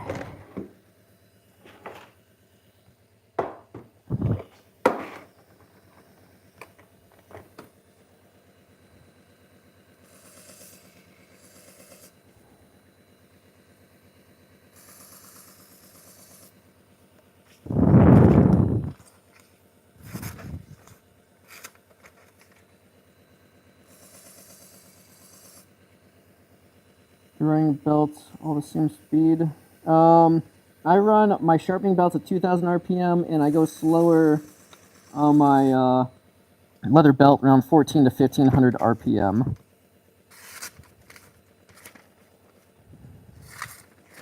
Hey, Come on now.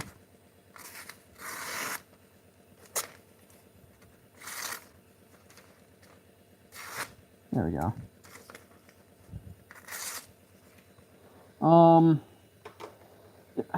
I haven't proven it. It's what I've just heard. So if you go faster on the leather, you could have a chance of rolling your edge. Then I've heard the theory of you go faster, so it creates more tension on the belt. But once I do the leather wheel, it has one speed. So I don't know. But 1400, 1500 has always been like a little sweet spot for me. So.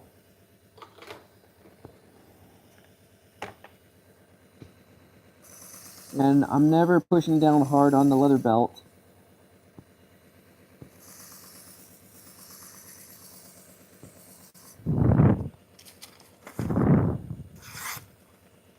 Sorry, I'm not even doing it in frame. Really good.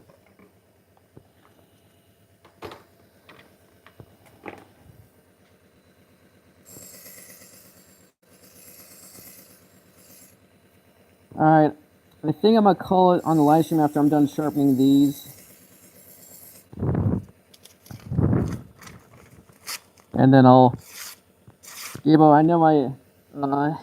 John, buddy, but I think I'm just going to call it a day sharpening. And then I'll just package everything up at once. I still have to count everything. Stuff I didn't sharpen for them. So... I'm going to just go through my own little process like that. My phone is sucking down the battery really well.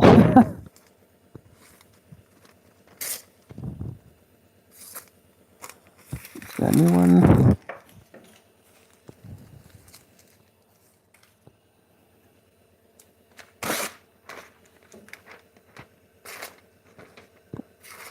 This one's just not cutting well. There we go. Yep. I spend a little more time on this guy.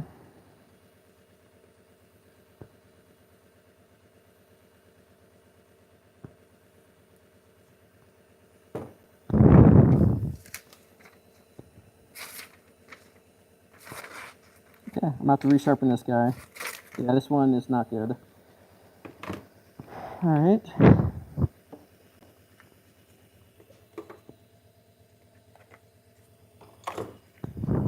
That sucked. Oh.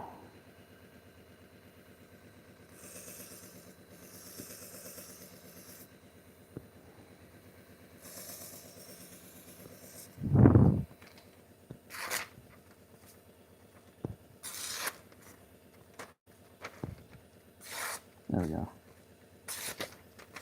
That's on the tip.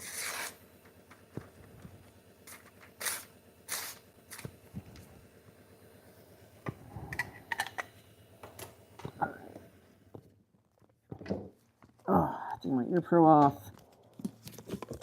Oh, man. Oops. All right, you're running. Okay, a person that works with their hands as a laborer person.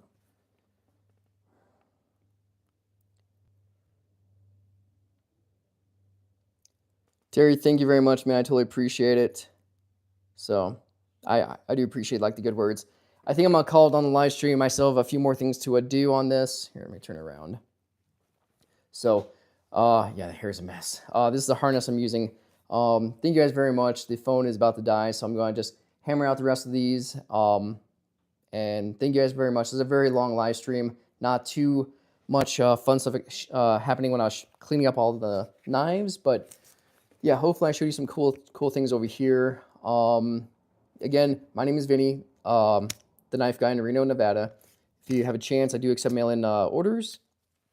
This one's taken a few hours to sharpen for 50 knives, but the customer's going to be here in about an hour and a half. So I'm just going to hammer these out. Almost done and wrap them up. So thank you guys so much for tuning in.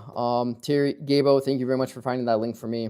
Everyone who tuned in, thank you very much. This is a very long process. So yeah, Gabo, I'll probably reach out to you on Instagram after I'm all done with this, man. Sorry, there's no 3 burritos today. I just need to get this done, buddy. So thank you guys very much for tuning in. Again, my name is Vinny. Have a great day. Bye.